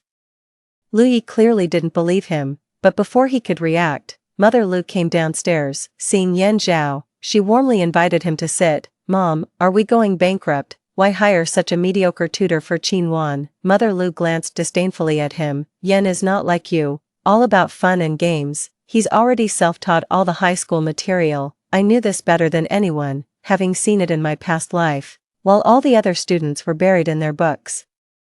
Yan Zhao was already relaxing and studying college-level material. I once asked why he didn't skip grades and take the college entrance exam early. He said he wanted to experience high school life. "I don't like this tutor. Get another one," Liu grumbled. Mother Liu elegantly sipped her coffee. "It's not for you. As long as Nuan likes him, that's enough. If you don't want to study, go out and play with your friends. Don't stay home and disturb Nuan's studies." "Mom, am I really your son?" I've been wanting to ask the same question. What exactly about you resembles me or your dad? Seeing Liu at a loss for words, I smirked secretly. After greeting Luya's mother, I called Yan Zhao to the upstairs study. Not long after we closed the door, Liu arrived, seemingly on a whim, saying he also wanted to join us in studying. Yan Zhao and I exchanged glances, thinking it was just a momentary interest of his and didn't take it seriously. After forcefully inserting himself between Yan Zhao and me, Liu then established a study method. If I had questions I didn't understand, I should let Yan Zhao explain to him first. Once he understood, he would explain it to me, he claimed. This way, the grasp of knowledge is more solid. I sighed heavily and laid my head on the desk. Lu Yi, by the time you understand something enough to explain it to me, the day might be over. Who are you looking down on? I'm not stupid. I just don't want to study. In fact, Lu Yi proved his point quickly, understanding concepts almost immediately. He was exactly that type of person. Watching Lu Yi explain things to me, I felt like the world had turned upside down. Suddenly, he tapped my head with his pen. Are you zoning out while I'm explaining this to you? Suddenly, being tutored by someone who usually underperformed in class was a surreal experience.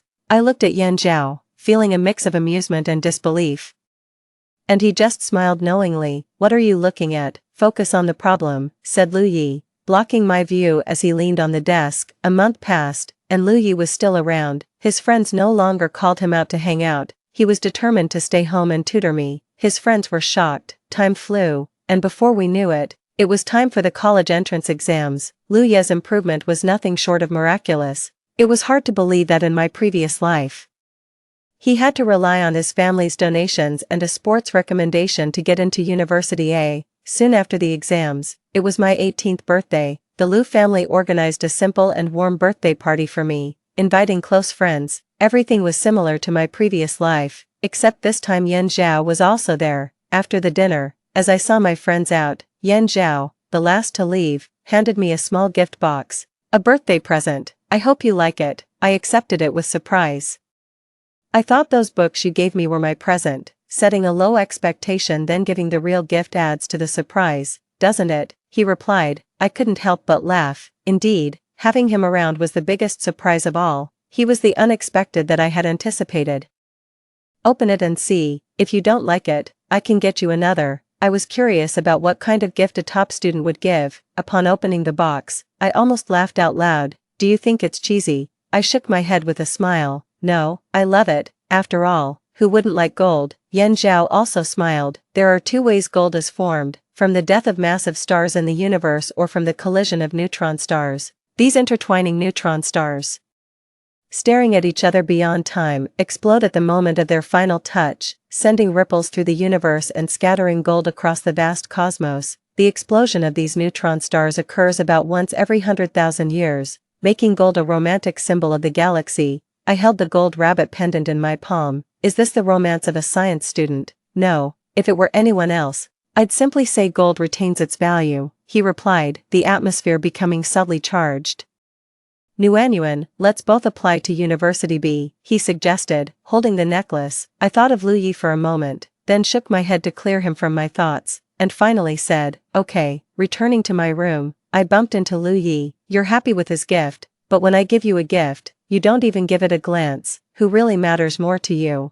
I felt a twinge of guilt remembering how he had mysteriously wanted to show me the gift he prepared that morning, which I had declined. I had already known what he was going to give me, a room full of princess dresses. I remember the first time he took me to see them in my past life. I was completely dumbfounded. Lu Yi, are you planning to start a wholesale clothing business? I asked. He looked a bit disappointed. You don't like it? I'm 18, not 8. I'm past the age of dreaming like that, I told him. So in this life, when he suggested once again that I check out the gift, I declined and said we'd go another day. Qin Wan, do you like him? His sudden question snapped me back to reality. No. In Lu Ye's eyes was a depth I couldn't fathom. If you say no, then I believe you. He handed me a black box. Happy birthday, 18-year-old Qin Wan. As he walked away, I opened the box. Inside was a key and an address. Driven by curiosity, I decided to check it out. Half an hour later, I arrived at the destination. As I opened the door to the apartment, my mom's voice greeted me. My dear baby is home. Tears instantly fell as I entered the room. Everything was so familiar, just like the home in my memories. Two adorable life-sized robots approached me. My dad's familiar voice echoed. My baby is 18 already. Why the tears? I burst out laughing, my eyes blurry with tears as I followed them to the dining room. The room was filled with balloons and flowers, and photos of me from over the years. On the table was an unlit birthday cake. A projection on the wall played videos of my childhood birthdays up until I was 8. In the video, my parents sang happy birthday, and as I closed my eyes to make a wish, my dad playfully smeared cake on my nose. I screamed and smeared it back. laughing heartily. "What's your wish?" my mom asked. Naively, I had said, "I want to be mommy and daddy's little princess forever, with an endless supply of princess dresses." My heart skipped a beat as those blurry memories became clear. I had forgotten I ever made such a wish. Reflecting on the past, it seemed like every birthday wish came true, except for this year's. Thinking back to when I was 18 in my past life, and Louis gave me a room full of princess dresses, my nose tingled, so that was why he had given me so many dresses. Only now, in this life, did I understand his intentions, and it made my heart ache. The video continued, showing animated characters filling in for the birthdays they hadn't spent with me. When it reached my 18th birthday, the animated character of my dad told me to look for a gift in the room. I followed a path laid with petals to the balcony and pushed open the door leading to the next room. A room full of princess dresses greeted my eyes. For a moment, it felt like I was back in my past life. Only in that past life, Louis hadn't let me open the door to the next room. I had misunderstood his intentions. Even felt he was being perfunctory, overwhelmed with guilt. I wanted to see Louis immediately, to tell him how much I loved this gift, truly loved it, but when I got home, I found out Louis wasn't there. I called him, and Jiang Wan answered. "Louis is drunk, come pick him up," she said. I hurried to the bar where Jiang Wan was, and found Louis completely inebriated. As I approached and tugged at him a few times, "Louis, let's go home." He looked at me with bleary eyes and suddenly wrapped his arms around my waist. This gesture was far too intimate.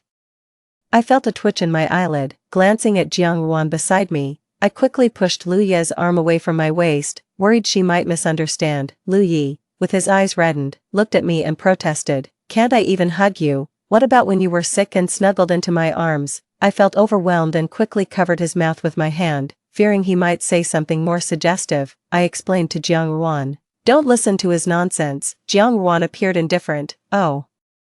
I've known about this for a long time, you knew already." I wasn't sure whether to be surprised by her calmness or by the fact that Louis told her everything. His brain might not be quite right. "I suggest you have it checked," she commented. I was about to retort to her personal attack when she added, "He said he liked me and wanted to pursue me, but every time it ends up with me initiating. If he's not asking me to teach him how to braid hair, he's asking for help picking out dresses.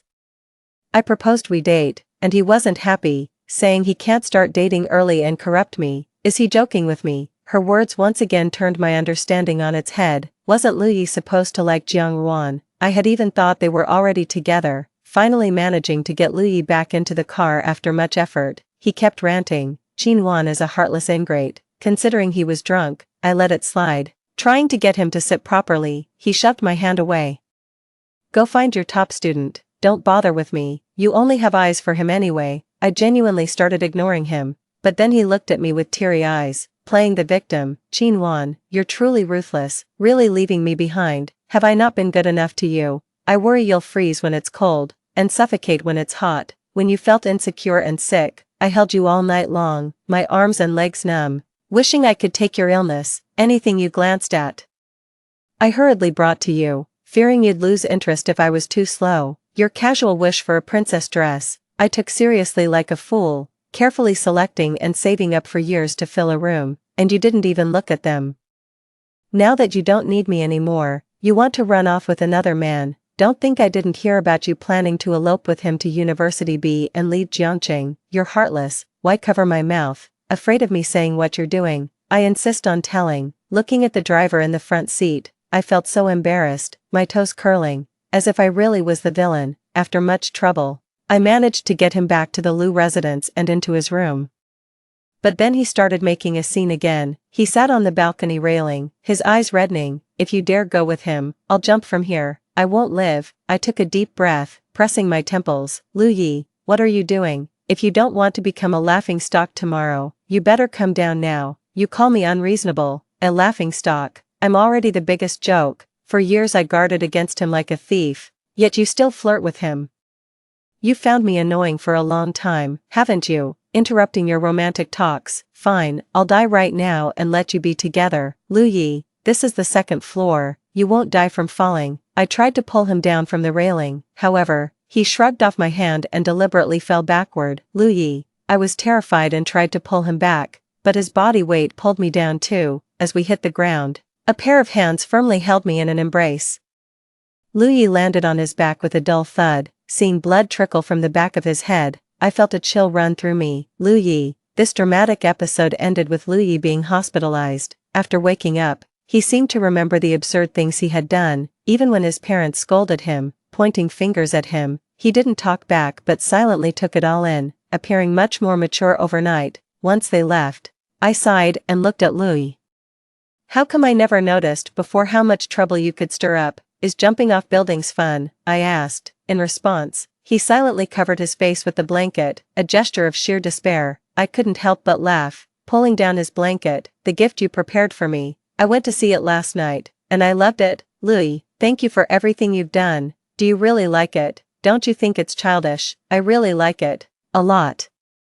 He didn't just fulfill a childhood wish of mine but also one from when I was 18. I had always hoped my parents could witness me growing up. Lu Yi made me feel as though they truly had a part in my growth, as if they never left. Do you like it more than the gift Yan Zhao gave you? Lu Yi looked at me intently, facing his gaze. My heart skipped a beat. Those eyes were so compelling, although he was just looking. It felt like a declaration of love. I looked away and nodded. So, are you still considering going to University B? He might not have wanted to hear the answer to that question. Half jokingly, I countered, if I go to University B, are you going to jump off a building again? He turned his face away, ignoring me. Fortunately, when it came time to submit university applications, he didn't make a fuss anymore. But to my utter surprise, I received 2 admission letters from University B. When I saw Lu Yi's name on one of them, I was sure the mailman hadn't made a mistake. I confronted Lu Yi with the letter. You applied to University B too, as you see. He smiled at me. Why, I thought you always wanted to go to University A. What do you think? Lu Yi stepped closer,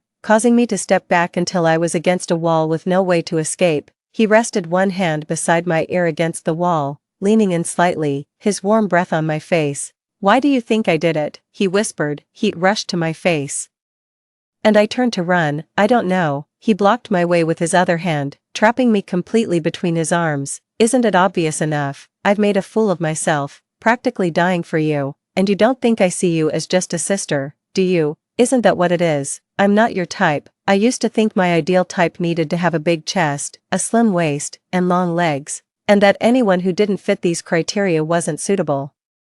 But all those standards are for people I don't love. When I fell for you, all those standards shattered. Lu Yi, I like you. Only you. My heart raced, more from disbelief than shock. Lu Yi, go play this game with someone else. Don't joke with me, or we can't even be friends. I'm not joking. I'm serious. But I don't like you. And I'm afraid to like you, because of a past life. He casually dropped the bombshell. My eyes widened in shock. You remember too, as he nodded.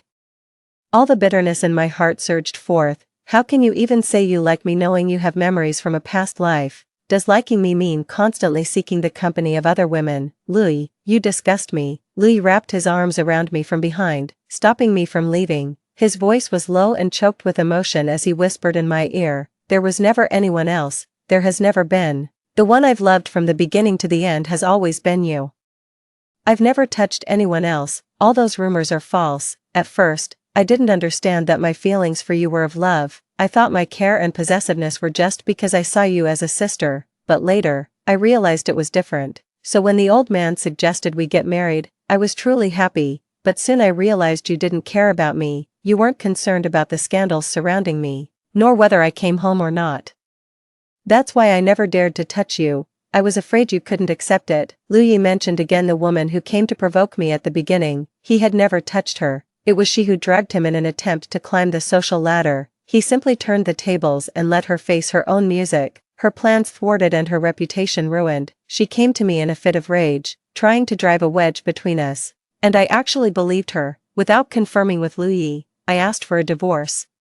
You have no idea how my heart shattered when I heard over the phone that you wanted to divorce me. Nuanyuan, since we have a chance to start over, can you give me another chance? I didn't give Lu Yi an answer because I was too scared to try again. In the following days, I kept avoiding Lu Yi. This avoidance lasted until the beginning of the school term. At this university far from home, the only 2 people I knew were Lu Yi and Yan Zhao. Because I was avoiding Lu Yi, I ended up interacting more with Yan Zhao. But Yan Zhao was also busy. Right from the start, he was a favorite of the professors and was often pulled away for tasks Even on the rare occasions we managed to make plans, Lu Yi would follow us. He was like a persistent shadow, impossible to shake off, giving me pitiful looks as if I were the one who had wronged him. One day, Yan Zhao suggested going to a movie, and I agreed. However, my interest waned when I saw the sci-fi film about outer space he had picked, which I knew was complex and hard to understand, but since Yan Zhao was interested, I didn't want to spoil his enjoyment. In the cinema, I was nearly dozing off and went to the restroom midway. Just as I left the restroom, I was pulled into a secluded corner and held tightly. I was so frightened that I struggled as my chin was lifted and I was kissed forcefully, with raw emotion and without finesse. Nuanyuan, you are mine. You clearly belong to me. I was shocked and angry, and worried about being discovered. I bit his lip hard, and he finally let me go. Lu Yi, what are you doing? He held me, burying his head in my neck, his voice hoarse. I'm just jealous of him, insanely jealous. Nuanyuan, please have some sympathy for me. Let me hold you for a while. Lu Yi held me until the movie ended. It wasn't until Yan Zhao called that I pushed Lu Yi away. Let me go. Yan Zhao is looking for me. I had barely taken a few steps when Lu Yi pulled me back, causing a sharp pain in my neck as he bit and sucked, leaving a conspicuous red mark. Lu Yi, I covered my neck, my eyes red with anger. Nuanyuan, tell him to go back by himself. In October, it was Lu Ye's birthday. I was still hesitating whether to celebrate with him when he called first. A coughing sound came through the phone. Nuanyuan, I feel so awful. Are you coming to see if I'm okay? I arrived at his apartment 10 minutes later. This place was originally bought by Lu's father for us to live together. It was just that initially I wanted to avoid Lu Yi and went straight to live on campus. I rang the doorbell, but there was no response, so I called him, but no one answered. Worried that something had happened to him, I used my key to open the door. What greeted my eyes was Lu Yi, bare-chested and wearing only casual pants. His slightly wet hair was still dripping water, and the droplets slid down his handsome face to his sexy collarbone and chest. I forced myself to look away. I rang the doorbell, but you didn't answer. I came in because I was afraid something had happened to you. Is Nuanyuan worried about me? I choked at his question. It seems you're not that sick, so I'm leaving. Don't go. Will you stay with me for my birthday? I don't want to be all alone. My heart softened, and I stayed. His birthday celebration was a candlelit dinner, all prepared by himself. The fruit wine he made was delicious, but it was quite strong. His black shirt was unbuttoned at the top, and his skin shimmered seductively under the candlelight. Nuanyuan, do you like what you see? Want to touch? Seeing me silent, he added, tell me your true feelings, and I'll let you touch. It looks good. I want to touch. He smiled like a mischievous spirit, guiding my hand under his collar to glide across his chest. Nuanyuan, you like me, don't you? His lips were close to my ear, whispering these enticing words. He looked into my eyes, his warm breath mingling with mine, both ambiguous and scorching. Want to kiss me? Say you like me. I didn't speak but responded by kissing his lips. The next moment, he took control. The sound of our kisses and soft moans amplified in the quiet night. During a brief pause for breath, Lu Yi murmured, naughty Nuanyuan. The next day, I woke up to screams. Opening my eyes, I saw the startled face of Lu's mother. Lu Yi, I'm going to break your legs. How could you seduce Nuanyuan into bed when she's so young? A few minutes later, in the living room, Lu Yi was kneeling shirtless. The ambiguous marks all over his body made me want to crawl into a hole. What did I do to him last night? Am I that fierce? I covered most of my face with a pillow, listening to Lu's mother scold him. Actually, I didn't feel violated. If anything, I was the one who took advantage of him. Glancing at the marks on his wrists, my toes curled on the floor, and fragmented memories came together. Under the dim light, I was straddling him, and Lu Yi, with a soul-capturing smile, stuffed his tie into my hand and coaxed, Nuanyuan, say you love me, and I'm all yours. You can do whatever you want. If you're afraid that loving me doesn't feel secure, tie me up, lock me up, so I can only see you. Nuanyuan, say you love me. As if seduced by a devil, I uttered, I love you. He triumphantly buried his head in my neck and chuckled, naughty Nuanyuan, I love you too. Now it's reward time. My mind was full of mosaic images, and I regretted it so much that I bit the pillow. Lu's mother's voice brought me back. Nuanyuan, don't worry, Lu Yi will definitely take responsibility. Let's get engaged first, and then marry after graduation. How about that? I don't need him to take responsibility. Lu Yi became anxious. Then you have to take responsibility for me. My innocence has been tarnished by you. and I'm already traumatized. I can't even look at other women. You must take responsibility. Then why don't you try men? I muttered softly. Lu Yi, you're too much. After that incident, Lu Yi embarked on a year-long journey of acting like a resentful husband. He always made himself available for me to tease, and afterwards, he would demand a formal status from me. If he didn't get it, he would go around claiming that a heartless woman had deceived him both emotionally and physically. It was truly a tale that could make listeners sad and viewers cry. Sometimes, in his madness, he would buy all sorts of locks and give them to me. Lock me up. Will you love me then? I truly belong to you heart and soul. What do I need to do to make you believe that? I am a person who believes in frugality. Since he bought them, it would be a waste not to use them. Once I actually locked him up, his madness subsided. Sweetheart, I knew you loved me, but such states never lasted long. After Yan Zhao returned from studying abroad, Lu Yi started his craziness again. Sweetheart, should I get a tattoo? I'll tattoo your name all over me, so everyone knows I'm yours. Is that okay? My eyelids twitched, and just the thought made my toes curl. I grabbed his hand and slipped a ring onto his ring finger. Mine. Lu Yi burst into tears. Damn, I finally have a status. I promise, from now on, there won't even be a female mosquito by my side except for you. The day Yan Zhao asked me out for dinner, Lu Yi showed up uninvited. He was extremely friendly towards Yan Zhao, but he kept fiddling with the ring on his finger throughout the conversation. After the meal, Yan Zhao gifted me a necklace made from a meteorite. Nuan Nuan. Every meteorite is like the ancient starlight, symbolizing the passage of time. It has witnessed the wandering of the universe and recorded millennia. I hope it can also witness our future together. Nuan Nuan, let's be together. Lu Yi shoved the necklace back into Yan Zhao's hands. Classmate Yan, why don't you stick with your cosmic stars? Nuan Nuan is mine. The next second, I was literally carried away by Lu Yi. Honey, would you like to try how a 20-year-old husband feels? It will definitely make you happy. That happiness lasted until the next morning. He held my waist with one hand, his husky voice in my ear. Sweetheart, your waist is so slim, I can't take this anymore. Get away from me. I cried out. Sweetheart, have some pity on me. I've been celibate since my last life. Lu Yi's uncontrollable joy angered me. Afterwards, I locked him up again. You better continue being celibate. Story 2. After spending a lifetime with my husband, I was reborn in my college days. I excitedly ran to find my husband and saw him confessing his feelings to the campus beauty under the dormitory building. Missing you would be the biggest regret of my life. 1. Gu Qiao, you've been standing in front of the mirror for at least half an hour. What are you doing? Of course, admiring my beauty. I was mesmerized by the reflection in the mirror, a slim and slender girl, with a tiny waist, long legs, fair skin, and not a single wrinkle on her face.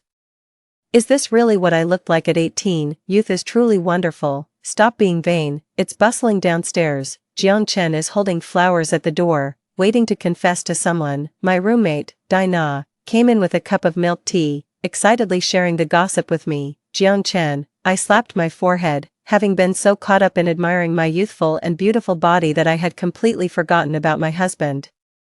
I casually threw on a coat and hurriedly ran towards the dormitory building downstairs. Jiang Chen must have been reborn with me, with a younger body. His mindset is younger too. He even knows to bring me flowers now. The last time he gave me flowers was the year our child was born, the only time he ever gave me flowers, thanking me for continuing his family's lineage, thinking of our child. I touched my flat stomach. Ah, I even have abs now, my dear child. Let mom enjoy a few more years of happiness. Let me savor a few more years of youth before I bring you into the world. Jiang Chen and I were college sweethearts, making our way from university to the marriage altar. We argued, broke up, and made up. We've been poor, strived together, became wealthy, and even went bankrupt. During our poorest days, we lived in a basement, surviving on plain water and white buns. And when cravings hit hard, we splurged on a packet of pickles. When we were wealthy, we bought a villa, and Jiang Chen even bought apartments for his parents and siblings. We supported each other through thick and thin, hand in hand, completing a lifetime together. In our past life, we were so busy starting businesses and making money that by the time we reached old age, we realized we had been too focused on work and hadn't truly lived or seen the world. Given another chance, we would definitely travel more and accomplish all those things we wanted to do but didn't have the time or energy for. 2. Jiang Chen stood at the dormitory entrance holding a bouquet of flowers, likely nervous. his hand resting on his pants with his middle finger continuously picking at the seam. I chuckled. In our graduation year, we started an e-commerce company together. Jiangchen was introverted and quiet, not good at socializing, and a bit socially anxious. For business, he had to learn to exchange pleasantries with people, a habit he picked up back then. Great, Jiangchen was reborn with me. Gu Qiao, what are you looking at? My roommate and best friend, Zhou Xiaoxi, poked my arm, also curious to look outside. Just then, Jiangchen turned his head, sunlight casting on his youthful and handsome face, his eyes shimmering with specks of gold. Seeing me, he shyly pressed his lips together into a smile, revealing 2 shallow dimples. Jiangchen at 18 always made my heart flutter. He approached me with the flowers, just like in our past life, his every step matching a lifetime together. I took a deep breath and opened my arms, ready to embrace my happiness once again. Zhou Xiaoxi, I've liked you for a long time. Missing you would be the biggest regret of my life. Would you give me a chance to be my girlfriend? Zhou Xiaoxi was clearly flustered. She blushed, looking around as many onlooking students started to chant. Say yes, say yes, say yes. I numbly withdrew my hands, only then realizing that Jiangchen was passionately gazing at Zhou Xiaoxi. His gaze was straightforward and fervent. Amidst the bustling world, his eyes only saw Zhou Xiaoxi. I stood beside Zhou Xiaoxi, feeling like a mere backdrop, unnoticed by Jiangchen, who didn't even spare a glance in my direction. So, Jiangchen, who has been my husband for a lifetime, has he always harbored feelings for Zhou Xiaoxi instead? I staggered back 2 steps as memories from a previous life flooded my mind. It had rained lightly that day as I rushed out to collect a parcel. Zhou Xiaoxi mentioned she had left my umbrella at the library and insisted on lending me her jacket and hat instead, claiming they were waterproof and would prevent a cold in the chilly weather. Hurriedly I wore her clothes and dashed outside, only to bump into Jiangchen the moment I exited the dormitory. He grabbed my arm, his head bowed, and confessed, I like you, be my girlfriend. I had been fond of Jiangchen for a long time, having fallen for him since the start of the school term. The boy I had a secret crush on confessed his feelings in the rain. That was when I began to love rainy days. No wonder, after we got together, Jiangchen rarely initiated messages or asked me out. I thought he was just reserved and not fond of being overly sentimental. Most importantly, I was completely dazed by this unexpected blessing. Blinded by passionate love, I threw myself wholeheartedly into the relationship. How ironic, maybe Jiangchen initially mistook me for Zhou Xiaoxi. That's why, after his rebirth, his first priority was to start over with Zhou Xiaoxi. A lifetime together couldn't outweigh the perpetual beloved in his heart. I took a step back, then another. Jiangchen anxiously awaited Zhou Xiaoxi's response, his forehead beaded with sweat from excitement, one drop trickling over his eyebrow into his eye. Yet he kept his eyes wide open, fearful of missing her reply by even a blink. My heart felt as heavy as if it were weighed down, as though I had swallowed a chunk of ice in the bitter cold. How rare, even when we went to meet important clients in our previous life, Jiangchen was never this nervous. When I was giving birth, his parents insisted on a natural delivery, arguing that a cesarean wasn't good for the child, but our baby was well nourished, and the doctor estimated he weighed over 7 pounds.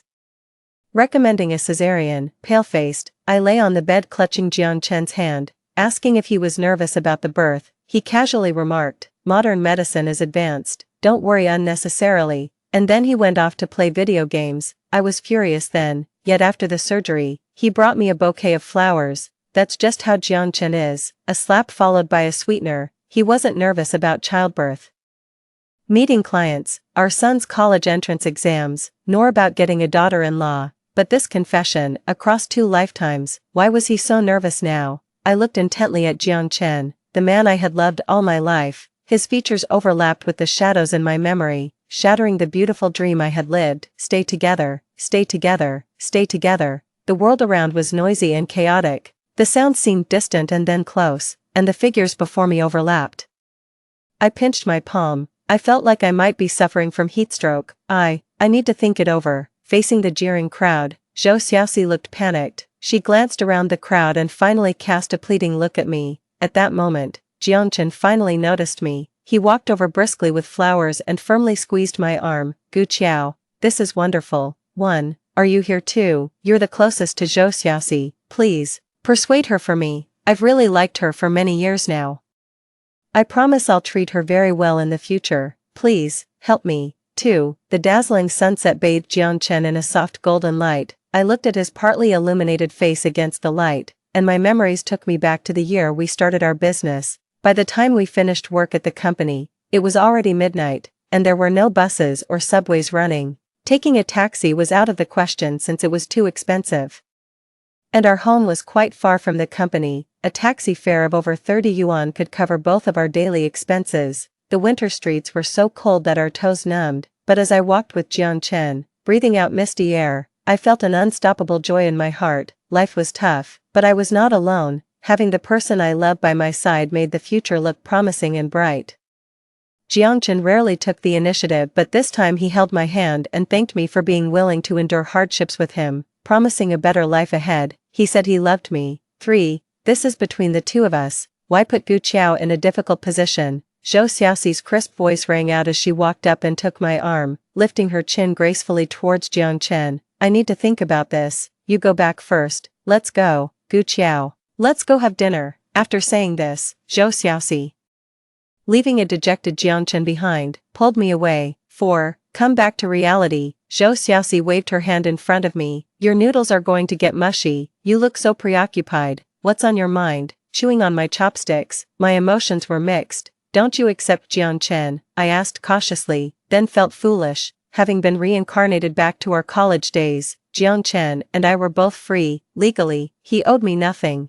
And the promises of the past life were just that, past. Now we were neither spouses nor lovers. He indeed had every right to pursue happiness anew. Hey, just because he says something, doesn't mean I have to agree. What would that make me? Men, they only treasure what they can't easily have. Let's leave him hanging for a couple of days and see how he behaves. Zhou Xiaoxi spoke nonchalantly, used to the attention from many boys. Jiangchen, despite his graceful looks, was not exactly a world-class handsome guy. I took a sip of my noodle soup, trying to suppress the sour feeling inside, and couldn't help but feel a bit envious of Zhou Xiaoxi. Zhou Xiaoxi's parents were well off. Her father owned a company, and her mother was a civil servant. Unlike Jiangchen and me who came from the countryside, Zhou Xiaoxi had the confidence and pride of a city kid. What I longed for but couldn't have, to her, was just commonplace. 5. Jiangchen wasn't brought down by Zhou Xiaoxi's rejection, having lived a lifetime once already.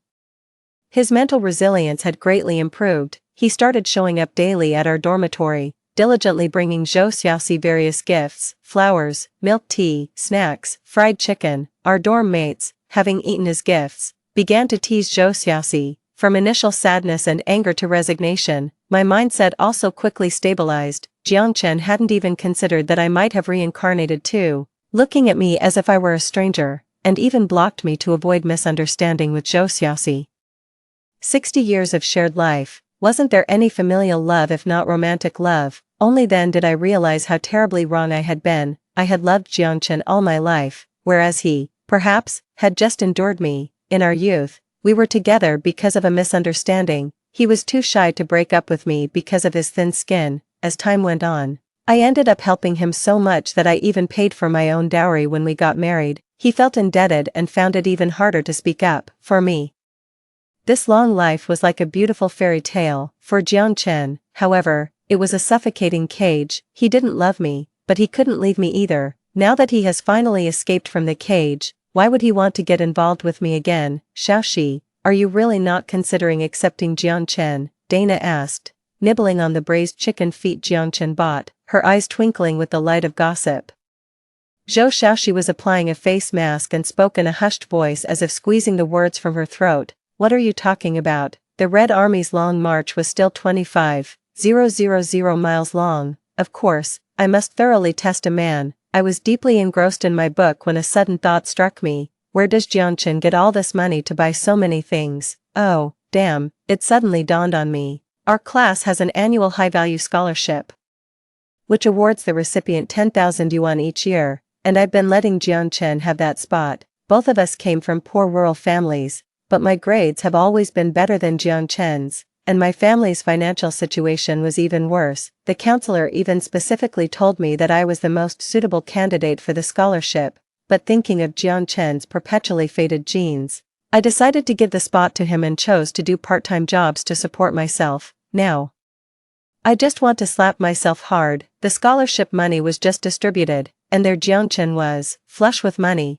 and he's using it all to chase after Zhou Xiaoxi. Fuming, I stood up abruptly and snatched the box of chicken feet from Dana's hands. I want some too. Dana jumped in surprise. What's the matter? Are you that hungry? Eat, eat, eat. It's all yours. Oh, right, Gu Qiao. Did you hear about the new Alumni Association scholarship the school is offering? I smacked my thigh as I gnawed on the chicken feet, realizing I had forgotten about it. There's a senior from our department who graduated 2 years ago, Pei Ning, who had a successful startup. I heard he raised several $100 million just in funding. He recently collaborated with our school on a project and on a whim decided to sponsor 2 students from our department. One spot went to someone from the class next door. And the other, naturally, went to Jian Chen, because I gave it to him. Unlike the school's scholarship, the one from Pei Ning covers all university tuition and living expenses for 4 years, which later became Jian Chen's startup capital after graduation. I spat out the chicken feet and rushed to the counselor's office. In my past life, I had told the counselor I was withdrawing from the competition, but this time, I couldn't miss the opportunity. Breathless, I reached the counselor's office and leaned against the door, gasping for air. Inside, a tall figure stood with his back to me, indistinct against the light, but his voice was a familiar, cold tone. Teacher, Gu Qiao has already given up this spot. Please give it to me. Wait, I panted, wishing my glare could kill Jiang Chen. Wait a minute, teacher. I want to compete for this spot again. The counselor brightened up upon seeing me. Oh, Gu Qiao, you've finally come around.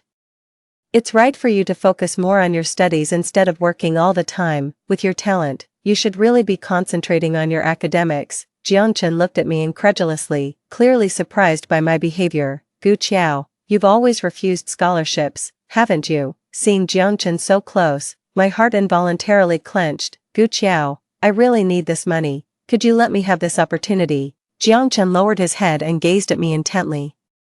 Her beautiful eyes cast downward, a hint of pleading in her expression. I could never resist Jiang Chen when he looked at me like that. Whenever he made that face, I would have moved heaven and earth for him, even plucking the moon from the sky if he asked. Gu Qiao, can you help me out, please? These words felt so familiar, repeated countless times throughout our long yet fleeting lives together. Gu Qiao, my younger brother is grown up now. He wants to get married. You're his sister-in-law. You wouldn't want to see him stay single forever, right, Gu Qiao? My sister is getting married, but her fiancé isn't well off. Could you buy her a house so she can hold her head high at her in-laws' place? Gu Qiao, our parents are getting old. I want to move them in with us so we can take better care of them. Amidst constant praises of Gu Qiao, you're the best, I kept giving in, kept compromising, until I became the weakest member of the Gu family. Due to overworking and pushing myself too hard, I ended up with gastritis, herniated lumbar discs, cervical spondylosis, and shoulder periarthritis. Jiang Chen, you shouldn't say things like that. Gu Qiao has given up her scholarship opportunities for you these past 2 years. Her grades and overall evaluations are much higher than yours, and her family isn't well off. Her parents didn't want her to continue her education, preferring her to get married instead. She's been working part-time to pay for her own tuition and living expenses. As a fellow student, you should think beyond just yourself. Gu Qiao is more deserving of this scholarship in every respect. Our teacher glared at me disapprovingly, trying to silence me with a stern look. In my past life, I married Jiang Chen in his rural hometown. Our teacher took a day-long train ride just to give me a generous red envelope at the wedding. On that day, she held my hand, her eyes brimming with tears. Gu Qiao, you need to learn to love yourself. It took me 2 lifetimes to truly understand the meaning of her words. In my previous life, Jiang Chen was the brightest light in my dim world, my salvation and my hope. In this life, I am determined to be my own light. Having left the office deep in thought, Jiang Chen looked at me again and again. He scrutinized me with furrowed brows, his gaze inquisitive and frankly quite rude. Unable to tolerate it any longer, I turned around. What are you looking at? Why did you suddenly change your mind? Jiang Chen asked tentatively. I found it somewhat amusing, since you so easily dismissed our past life and decided to start over. Naturally I couldn't keep indulging and helping you as before, because I'm poor. Jiang Chen blinked, his expression somewhat bewildered. I never complained about my hardships in front of him, no matter the situation. I always managed to smile and insisted I was fine, clearly. My behavior was vastly different from before my rebirth. Xiaobao, you're here, where's Xiaobao? I looked around, meeting Jiang Chen's expectant gaze. Gu Qiao, you've been reborn too. I neither confirmed nor denied it, simply giving Jiang Chen a deep look before striding forward. Hey, Gu Qiao, why are you upset? Since that's the case, let's just lay everything out on the table. My demeanor frustrated Jiang Chen, as I had pampered him all his life and he was unaccustomed to such coldness from me. Jiang Chen and I sat on a bench by the school lake, the sunlight casting a fine layer of gold leaf upon the water's surface. The scenery was beautiful, but I had no heart to appreciate it, because Jiang Chen said that the happiness of my last life was something I had stolen. I've been tolerant of you for a lifetime and have paid for my own mistakes. What's wrong with pursuing the person I love in this lifetime? Jiang Chen was clearly agitated as he glared at me, his neck stiff with anger, as if I were the root cause of all his misfortunes. Haha, I laughed out of frustration. Jiang Chen, if you didn't like me, why didn't you say so from the beginning? You didn't say it in college, you didn't mention it when we were about to get married, you never brought it up in all these years. I didn't force you at gunpoint to marry me, did I? Jiang Chen grew even angrier. It's all your fault. Right after I confessed, you immediately told your roommate, and Dana, with her big mouth, announced it in the class group, saying I should treat everyone. If I broke up with you right then, what would our classmates think? After we got together, everyone kept saying how good you were to me, as if I'd be branded a heartbreaker the moment I left you. Gu Qiao, it's all because of you. You put me on this moral high ground, coercing me for a lifetime with conscience and morality. In my memory, Jiang Chen was handsome, his pale skin and distinct features making him shine brightly. He was the most attractive person I'd ever seen, whether as a youth, an adult, or an old man. Squinting, I scrutinized Jiang Chen's face inch by inch and for the first time noticed that his skin, although fair, was slightly dull, and he had 2 pimples on his chin. His nose was high but a bit too broad, making him look less refined. The shining Jiang Chen was, after all, just a slightly more delicate-looking ordinary student. His glow came from my love, not from himself. Since that's the case, let's pretend we never knew each other in this life and never contact each other again. Goodbye. I stood up, turned, and walked away, feeling something inside me collapse into ruins. I came from a rural family that greatly favored boys over girls, where my parents saw having a daughter as a significant loss, trying everything to recoup their investment through me. In middle school, my parents repeatedly said that as soon as I graduated from junior high, I would start working. To escape the fate of working in a factory, I studied hard and eventually topped my city's exams to get into a prestigious school. The school waived all my fees and even promised me a scholarship. The village chief and local leaders also visited several times, urging my parents to let me continue my education. After high school, my parents agreed I could attend university, but I had to send home 2,000 yuan every month. I agreed without hesitation and then found an excuse to transfer my household registration to the school. After moving my registration, I blocked all contact with my parents. They had never traveled far in their lives and, due to their lack of concern, didn't know my specific major or class. With the help of the village chief, I finally freed myself from my parents during my university years. I became someone without a family, so I desperately longed for a home, for love. In my past life, I clung to Jiang Chen like a drowning person grasping at a log. I so yearned for a home that even when Jiang Chen was not always kind to me, it was still 100 times better than my parents. In that rural home, I didn't even have a room of my own. My bed was in a corner of the living room, devoid of privacy and dignity. I saw Jiang Chen as my salvation. Any kindness he showed, I was ready to repay with my life. Now I realize that I shouldn't seek love from others, I should learn to love myself. No one but yourself can be your savior. I ran forward with large strides, leaving all my past and darkness behind. I eventually received the scholarship. My counselor mentioned that Pei Ning, the alumnus who provided the scholarship, wanted to meet me. Is it him? It turned out to be him. I stared in astonishment at the familiar man in front of me. He was one of our company's investors who injected funds to save us after our company went bankrupt. After I married Jiang Chen, he disappeared from our world. I didn't expect to see him again and couldn't help feeling excited. Hello, Senior Pei. Thank you, Senior Pei. My serious bow made him laugh. Please, have a seat. Meeting Pei Ning was delightful, and we even exchanged contact information. He mentioned that I could reach out to him if I faced any difficulties in life. Elated, I walked back to my dorm, believing in repaying kindness with even greater kindness. Pei Ning had helped me tremendously in his previous life, and he remains a benefactor in this life. I've spent a lifetime in e-commerce, and now, as it's just beginning to bloom, Pei Ning's company hasn't yet set up an e-commerce team. I could help him with this, considering it a repayment of his kindness, feeling cheerful. I generously bought a bag of fruits and snacks to treat my roommates. Upon returning to the dorm, I found 2 large bags of KFC on Zhou Xiaoxi's desk. Seeing me, Zhou Xiaoxi handed me a burger and 2 egg tarts. Here, you haven't had lunch, right? Eat them while they're hot, Dana teased from the side. Go on, eat. This is the Joy Burger. I blinked in confusion. What burger? Oh, Xiaoxi is now with Jiang Chen. Zhou Xiaoxi rolled her eyes at Dana. Eat up. Even a chicken leg can't shut you up. I was surprised to look at Zhou Xiaoxi. She was with Jiang Chen. Zhou Xiaoxi glanced at me awkwardly. Living in the same dorm, virtually spending 24 hours together, I could hide my feelings for Jiang Chen from others but not from Zhou Xiaoxi, who slept across from me. The 2 hardest things to hide in this world are coughing and love. Zhou Xiaoxi adjusted her hair and gave an awkward smile. Gu Qiao. You don't mind, right? I gave a genuinely sincere smile.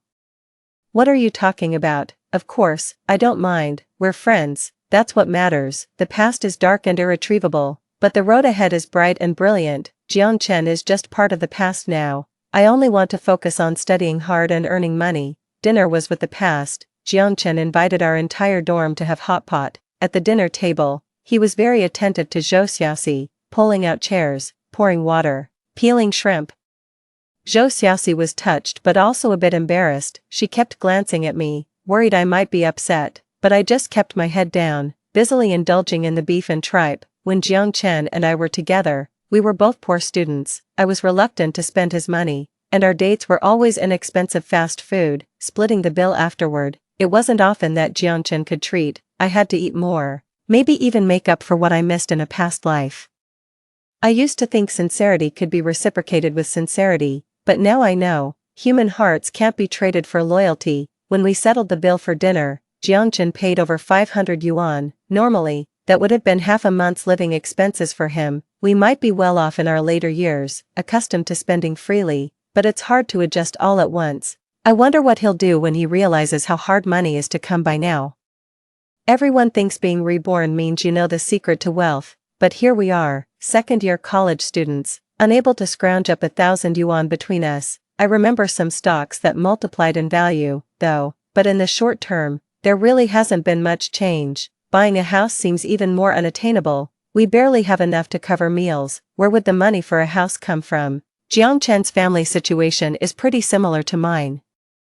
The only difference is that he's a boy and the eldest son, so his parents spend all their money on him. That's why he is in a better position than I am. I started spending every day at the library, diligently working on marketing plans. Pei Ning owns a small smart home appliance company, which at the moment only sells in major shopping malls. As an experienced e-commerce professional, I know that time is opportunity. The sooner you enter the market, the bigger the piece of the pie you can secure. In my previous life, when Jiang Chen and I ran a company together, I was in charge of operations and sales, and he handled after-sales service and factory coordination, so, planning was second nature to me, and within a few days, I had prepared a detailed business plan. Did you do this? Pei Ning asked, relaxed, sitting back in his chair, flipping through my business plan page by page, staring at his handsome face. I couldn't help but feel a bit nervous. In my past life, although I had achieved some success through relentless effort, I was only slightly better off than the average person. But Pei Ning, he was the real tycoon. If I could gain his recognition and join forces with him, my achievements in this life could reach new heights. Not bad. Our team is already preparing to set up an e-commerce department. Come intern at my company when you're free from classes. Really, thank you, senior. I clenched my fists, my eyes sparkling as I looked at Pei Ning. All the hard work recently had finally paid off. Hello, here are your cheesecake, vanilla milk, and strawberry waffle. This was the only coffee shop near our school gate. The prices were steep, and I had only been here once with Zhou Xiaoxi. I watched in astonishment as the waiter brought a table full of cakes. Pei Ning straightened the crease on his sleeve and stood up, saying, all right. I have to leave now. Little girl, eat up, you're too thin. Pei Ning left, taking my carefully crafted business plan with him. I settled into the chair, slowly enjoying the cake. The cheesecake was very soft, with a rich creamy taste, so sweet. What did you say? Jiangchen asked you for money. Dana stared at Zhou Xiaoxi in disbelief, and I was also surprised. After my initial shock, I somewhat understood. This behavior of Jiangchen's was something I had indulged in the past. I worked hard at my jobs while he spent his time in the library after class. As a result, I ended up being more financially stable than him and often gave him money to help out. He was too proud to ask, so I just treated it as a loan. Jiangchen and I were each other's first love, and we never got involved with anyone else after getting together. Perhaps Jiangchen thought that borrowing money from a partner in such a close relationship was normal, like borrowing money from a good buddy. How much did he ask for? How could he bring himself to ask? How long have you two been together? Dana grabbed Zhou Xiaoxi's arm, her face filled with incredulity. It's not much, just 1,000 yuan. He said he invested his scholarship money in stocks. Jiangchen had never dealt with stocks in college, if I remember correctly. It wasn't until we were at our 40s and more financially settled that he started exploring investment and personal finance. Does he really remember the stock market fluctuations from his college days? It's not a small amount. 1,000 yuan is nearly a month's living expenses, and you only think it's not much because you're well off. Zhou Xiaoxi was also somewhat upset. I definitely won't lend it to him. What kind of man asks a woman for money? If he doesn't have money, he shouldn't be dating. Recently, he's been buying me this and that, and now he expects me to foot the bill. But he didn't receive the same warm welcome or opportunities. He was mainly assigned to handle menial tasks such as printing and copying documents. After all, Jiangchen's expertise was in customer service, which, in the realm of e-commerce, isn't highly technical. I thrived in my internship, seamlessly fitting into the new environment. Pei Ning, the company head, was quite generous with the internship salary and even provided a scholarship, which meant I no longer needed to work part-time to pay for my tuition and living expenses. This allowed me to devote more time to my studies, leading to a busy yet fulfilling life. As for Jiangchen, although he managed to secure the internship through his counselor's connections, he didn't have the same smooth experience as I did. Jiangchen didn't visit often because he spent a lot of time dating. However, with his diligent efforts, he managed to reconcile with Zhou Xiaoxi. Jiangchen treasured this relationship deeply, putting forth immense effort to maintain it. Dating was an activity that cost both money and time. He accompanied Zhou Xiaoxi on shopping trips, movie dates, and celebrated various occasions like birthdays, Christmas, and Valentine's Day. Money was spent like flowing water, and gradually, Jiangchen began to feel the strain. He tried to take Zhou Xiaoxi to more affordable restaurants, but after just one visit, they ended up arguing. Can you believe how ridiculous Jiangchen is? I spent 2 hours on makeup, washed my hair, and put on new clothes, only for him to take me to eat spicy hot pot. The place was so greasy, and just sitting there a while left a smell on my clothes and hair. He clearly doesn't respect me. Angrily, Zhou Xiaoxi threw her bag on the table, her eyes red with frustration. I was engrossed in my book when I heard this, and looked up confusedly. What's wrong with eating spicy hot pot on a date? Zhou Xiaoxi marched up to me and pinched my face. Are you silly? Him taking me to eat spicy hot pot shows that he values me as little as a bowl of spicy hot pot. Today it's spicy hot pot. Tomorrow it'll be plain boiled water with steamed buns. Besides, if dating means only eating spicy hot pot, why bother dating? Isn't it better to be single? There's absolutely no way I'll lower my standard of living. Zhou Xiaoxi's views on relationships were vastly different from mine and quite jarring to my beliefs. In my mind, dating was about mutual contribution and sharing both good times and bad. What about people who are really poor? How do they manage to date? Zhou Xiaoxi rolled her eyes. If they're that poor, obviously they should focus on making money. Dating costs money and time, and if you can barely afford meals, how can you even think about dating? And if a man truly loves a girl, why would he want her to suffer with him? Seeing my bewildered face, Zhou Xiaoxi pulled up a chair to sit opposite me and began to lecture earnestly. Gu Qiao, don't be foolish. People say the 3 joys of a man's life are promotion, wealth, and the death of his wife. Why would his wife die when he becomes rich? Naturally, it's because he goes looking for someone younger and prettier. Do you think if you suffer with a man all your life, he'll be grateful? He'll only think he's amazing, that he has personal charm. Once he makes money, the first person he'll ditch is you. You've seen him at his worst, so he can't even brag in front of you. Isn't it true? After Jiangchen became young again, the first thing he did was replace me, his long-suffering wife. I held Zhou Xiaoxi's hand. Keep talking, you're making sense. Back in our previous lives, although we were roommates, we seldom had time to chat. I was always working, rushing from one job to another with my backpack.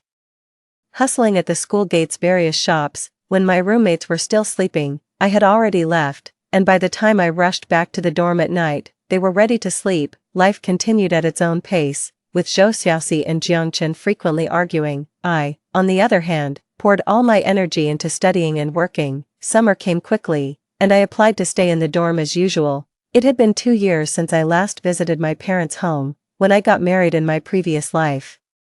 They demanded a dowry of 300,000 yuan from Jiang Chen, threatening to humiliate him in his village with a loudspeaker if he didn't comply. Although I ended up paying this money myself, my parents' actions made it difficult for me to face Jiang Chen. At that time, Jiang Chen gave me tremendous support. He said my parents were not good to me, but he would always treat me well and give me a true home. I had repaid my parents' kindness in my previous life. In this life, I owed no one. I worked tirelessly, even spending weekends at the company, almost wishing I could sleep there. My colleagues, especially our team leader, came one after another to give me advice. Joe, even though you're young, you need to take care of your health. Are you facing any difficulties in life? Don't worry, just talk to me. If money can solve it, then it's not a problem at all. I couldn't help but laugh and refuse, but this incident even alarmed Pei Ning. Here, take this bonus. I stared at the check for 300,000, dumbfounded. Boss, is the bonus really this much? Our company is full of young people and has a great atmosphere. Everyone calls Pei Ning boss, and after a while, I started to call him that too without thinking. Pei Ning nodded. You're worth that much. At that time, houses in many prefecture-level cities cost only 3,000 to 4,000 per square meter. The bonus Pei Ning gave me was enough to buy a house. The head of the e-commerce department gets a commission on sales. From now on, whatever Old Su gets, you will get too. I gasped. Old Su is our team leader and a computer science graduate from a prestigious university, and I was just going to be a junior after the summer break. The key point was that this commission was really high. At least several million a year. I opened my mouth, wanting to refuse but also reluctant to let go. Standing there torn, Pei Ning came over and gently patted the top of my head. I said, "You're worth that much." Dizzily walking out of the office, I felt like I had been hit by a pie falling from the sky. Is there a more generous boss than Pei Ning in this world? Definitely not. Hey, Guo Qiao, do you want to buy some cryptocurrencies to play around with? I was still lost in the dream of earning millions a year when my shoulder was tapped by our team leader. What kind of coin? Bitcoin. It just came out recently, and it seems pretty interesting. Bitcoin. The same Bitcoin that was a few cents each when it first came out and later rose to $140,000 each. So, I spent the entire 300,000 check on Bitcoin, ending up with 500,000 Bitcoins. Buying too much of this stuff was unnecessary, as it would be hard to sell in large quantities later on. With these 500,000 Bitcoins, what else would I have to worry about in my life? Suddenly, I felt an endless surge of confidence. The future me was already a billionaire. What else was there to fear? Of course, I still needed to work. No matter how rich I might be in the future, I still need to eat and buy a house now. Brother, I finally found you, brother.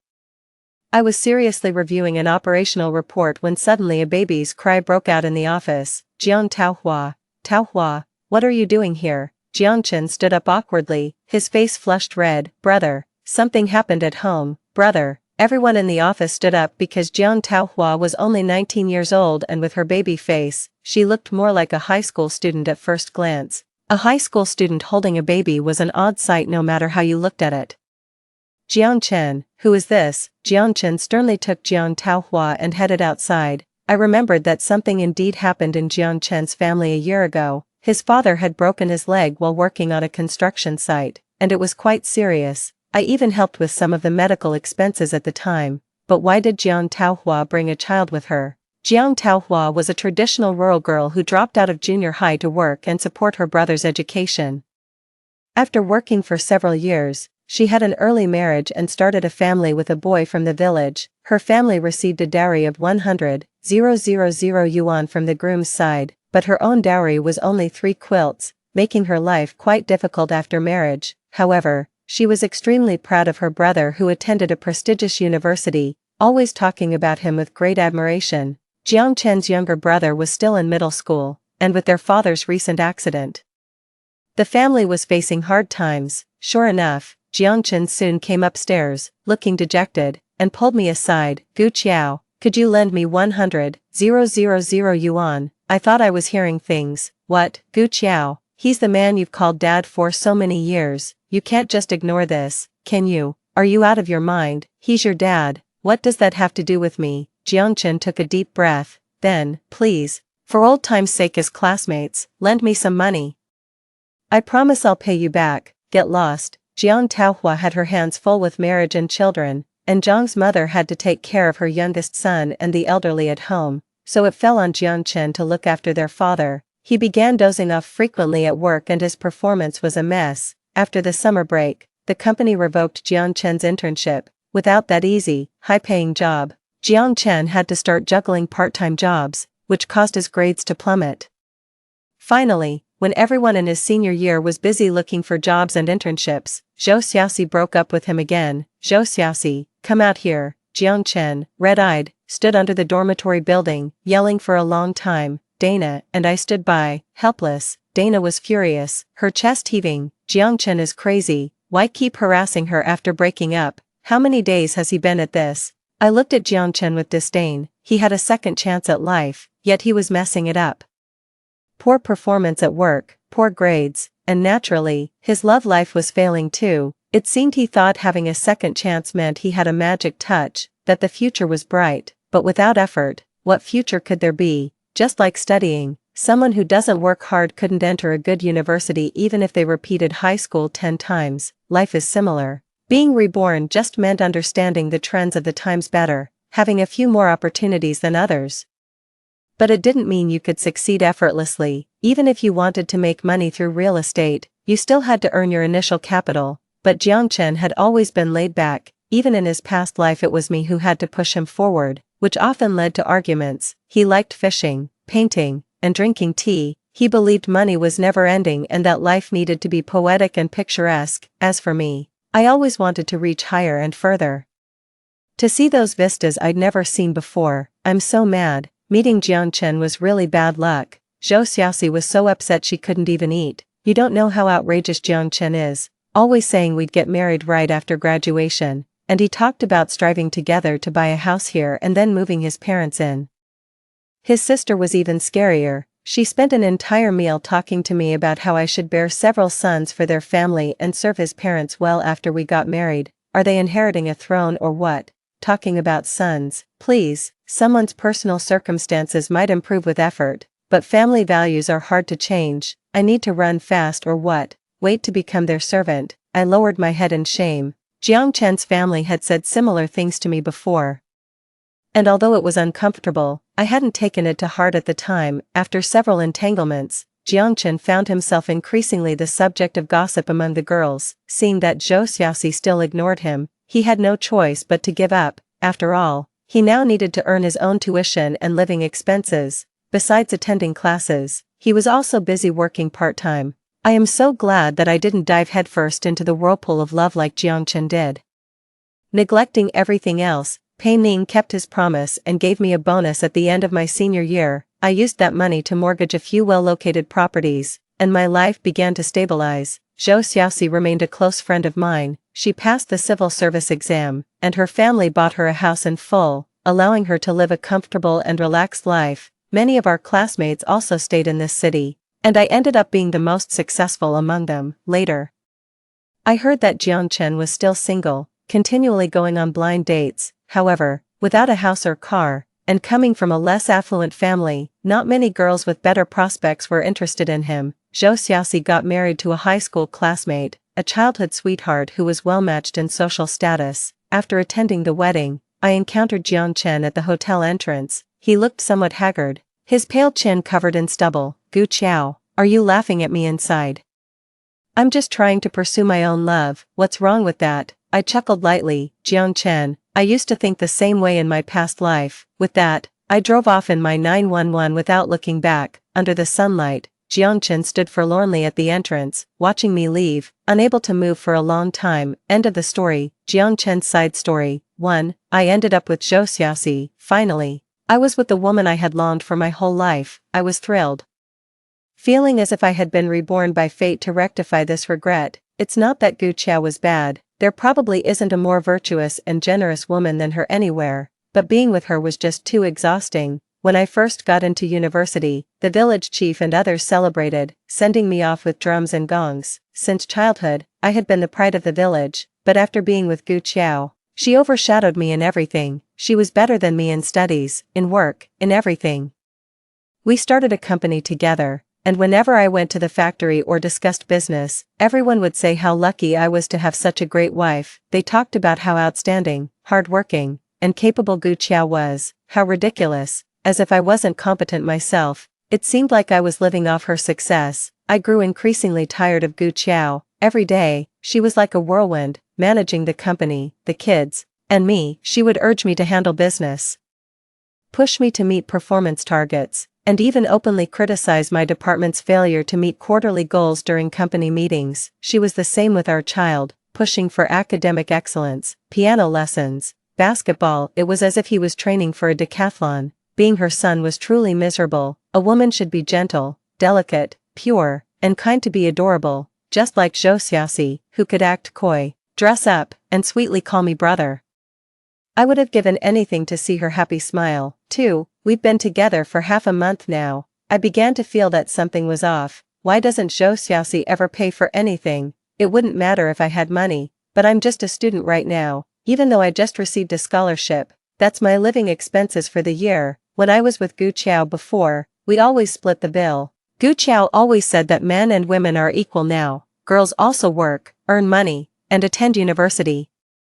So it shouldn't always be the boys who pay. I found her point very reasonable. It's the 21st century, after all. I don't mind paying a bit more, but Zhou Xiaoxi should at least contribute sometimes, right? Moreover, she spends so much. One day it's hot pot, the next it's Western food, and then Japanese cuisine the day after. She orders a table full of dishes, takes a few bites of each, and then says she's full. In the end, I reluctantly finish everything because I hate to see food go to waste. I've hinted a few times that Zhou Xiaoxi should pick up the tab, but she just plays dumb. I have no choice but to pay for it all myself. Soon, my money was all spent by Zhou Xiaoxi. When I asked her to lend me money, she even suggested breaking up. I'm sure Gu Qiao must have said something. I know she still loves me, but I've had enough of that life and don't want to rekindle anything with her. It's just terrifying how jealous a woman can be. Is it really impossible for a man to borrow money from a woman? I'm feeling confused. In my previous life, Gu Qiao used to give me money during my toughest times, patting her chest after and saying, "Don't be embarrassed, I'm lending this to you." Although I never had the chance to pay her back, once we became a family, it didn't seem necessary. I opened my phone to see Gu Qiao's photos, but it was filled with pictures of Zhou Xiaoxi. I miss Gu Qiao a bit.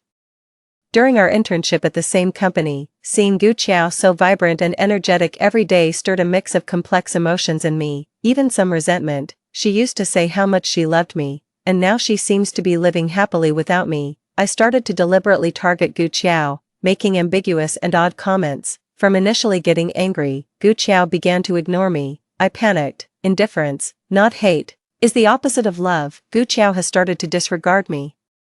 She gets along well with her colleagues, and many have even started introducing potential partners to her. As an intern, she became the team leader's favorite. Even Pei Ning couldn't help but take frequent glances at her, and for the first time, I realized that Gu Qiao is truly a remarkable person. Zhou Xiaoxi is too clingy, and it's starting to annoy me. Doesn't she have her own things to do? And every time she reaches out, it's basically to make me pay.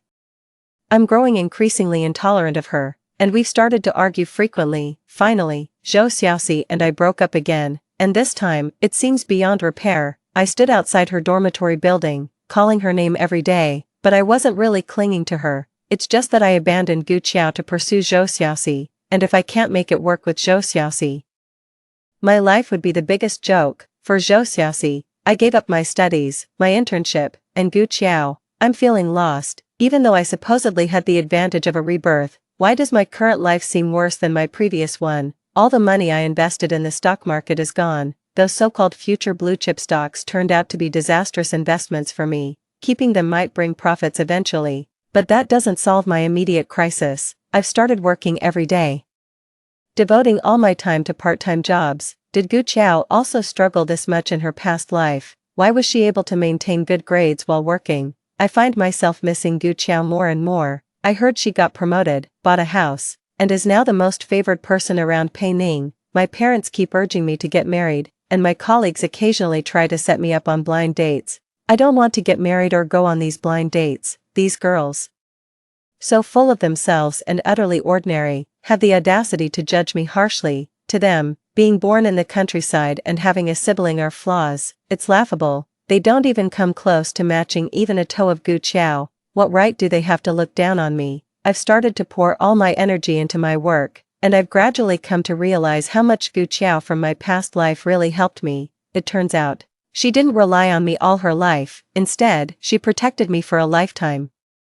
I heard Zhou Xiaoxi is getting married, and I was thrilled. She must come if Zhou gets married, right? Sure enough, I saw Gu Qiao, dressed in a tailor-made suit, looking fresh and sharp, the epitome of a powerful woman.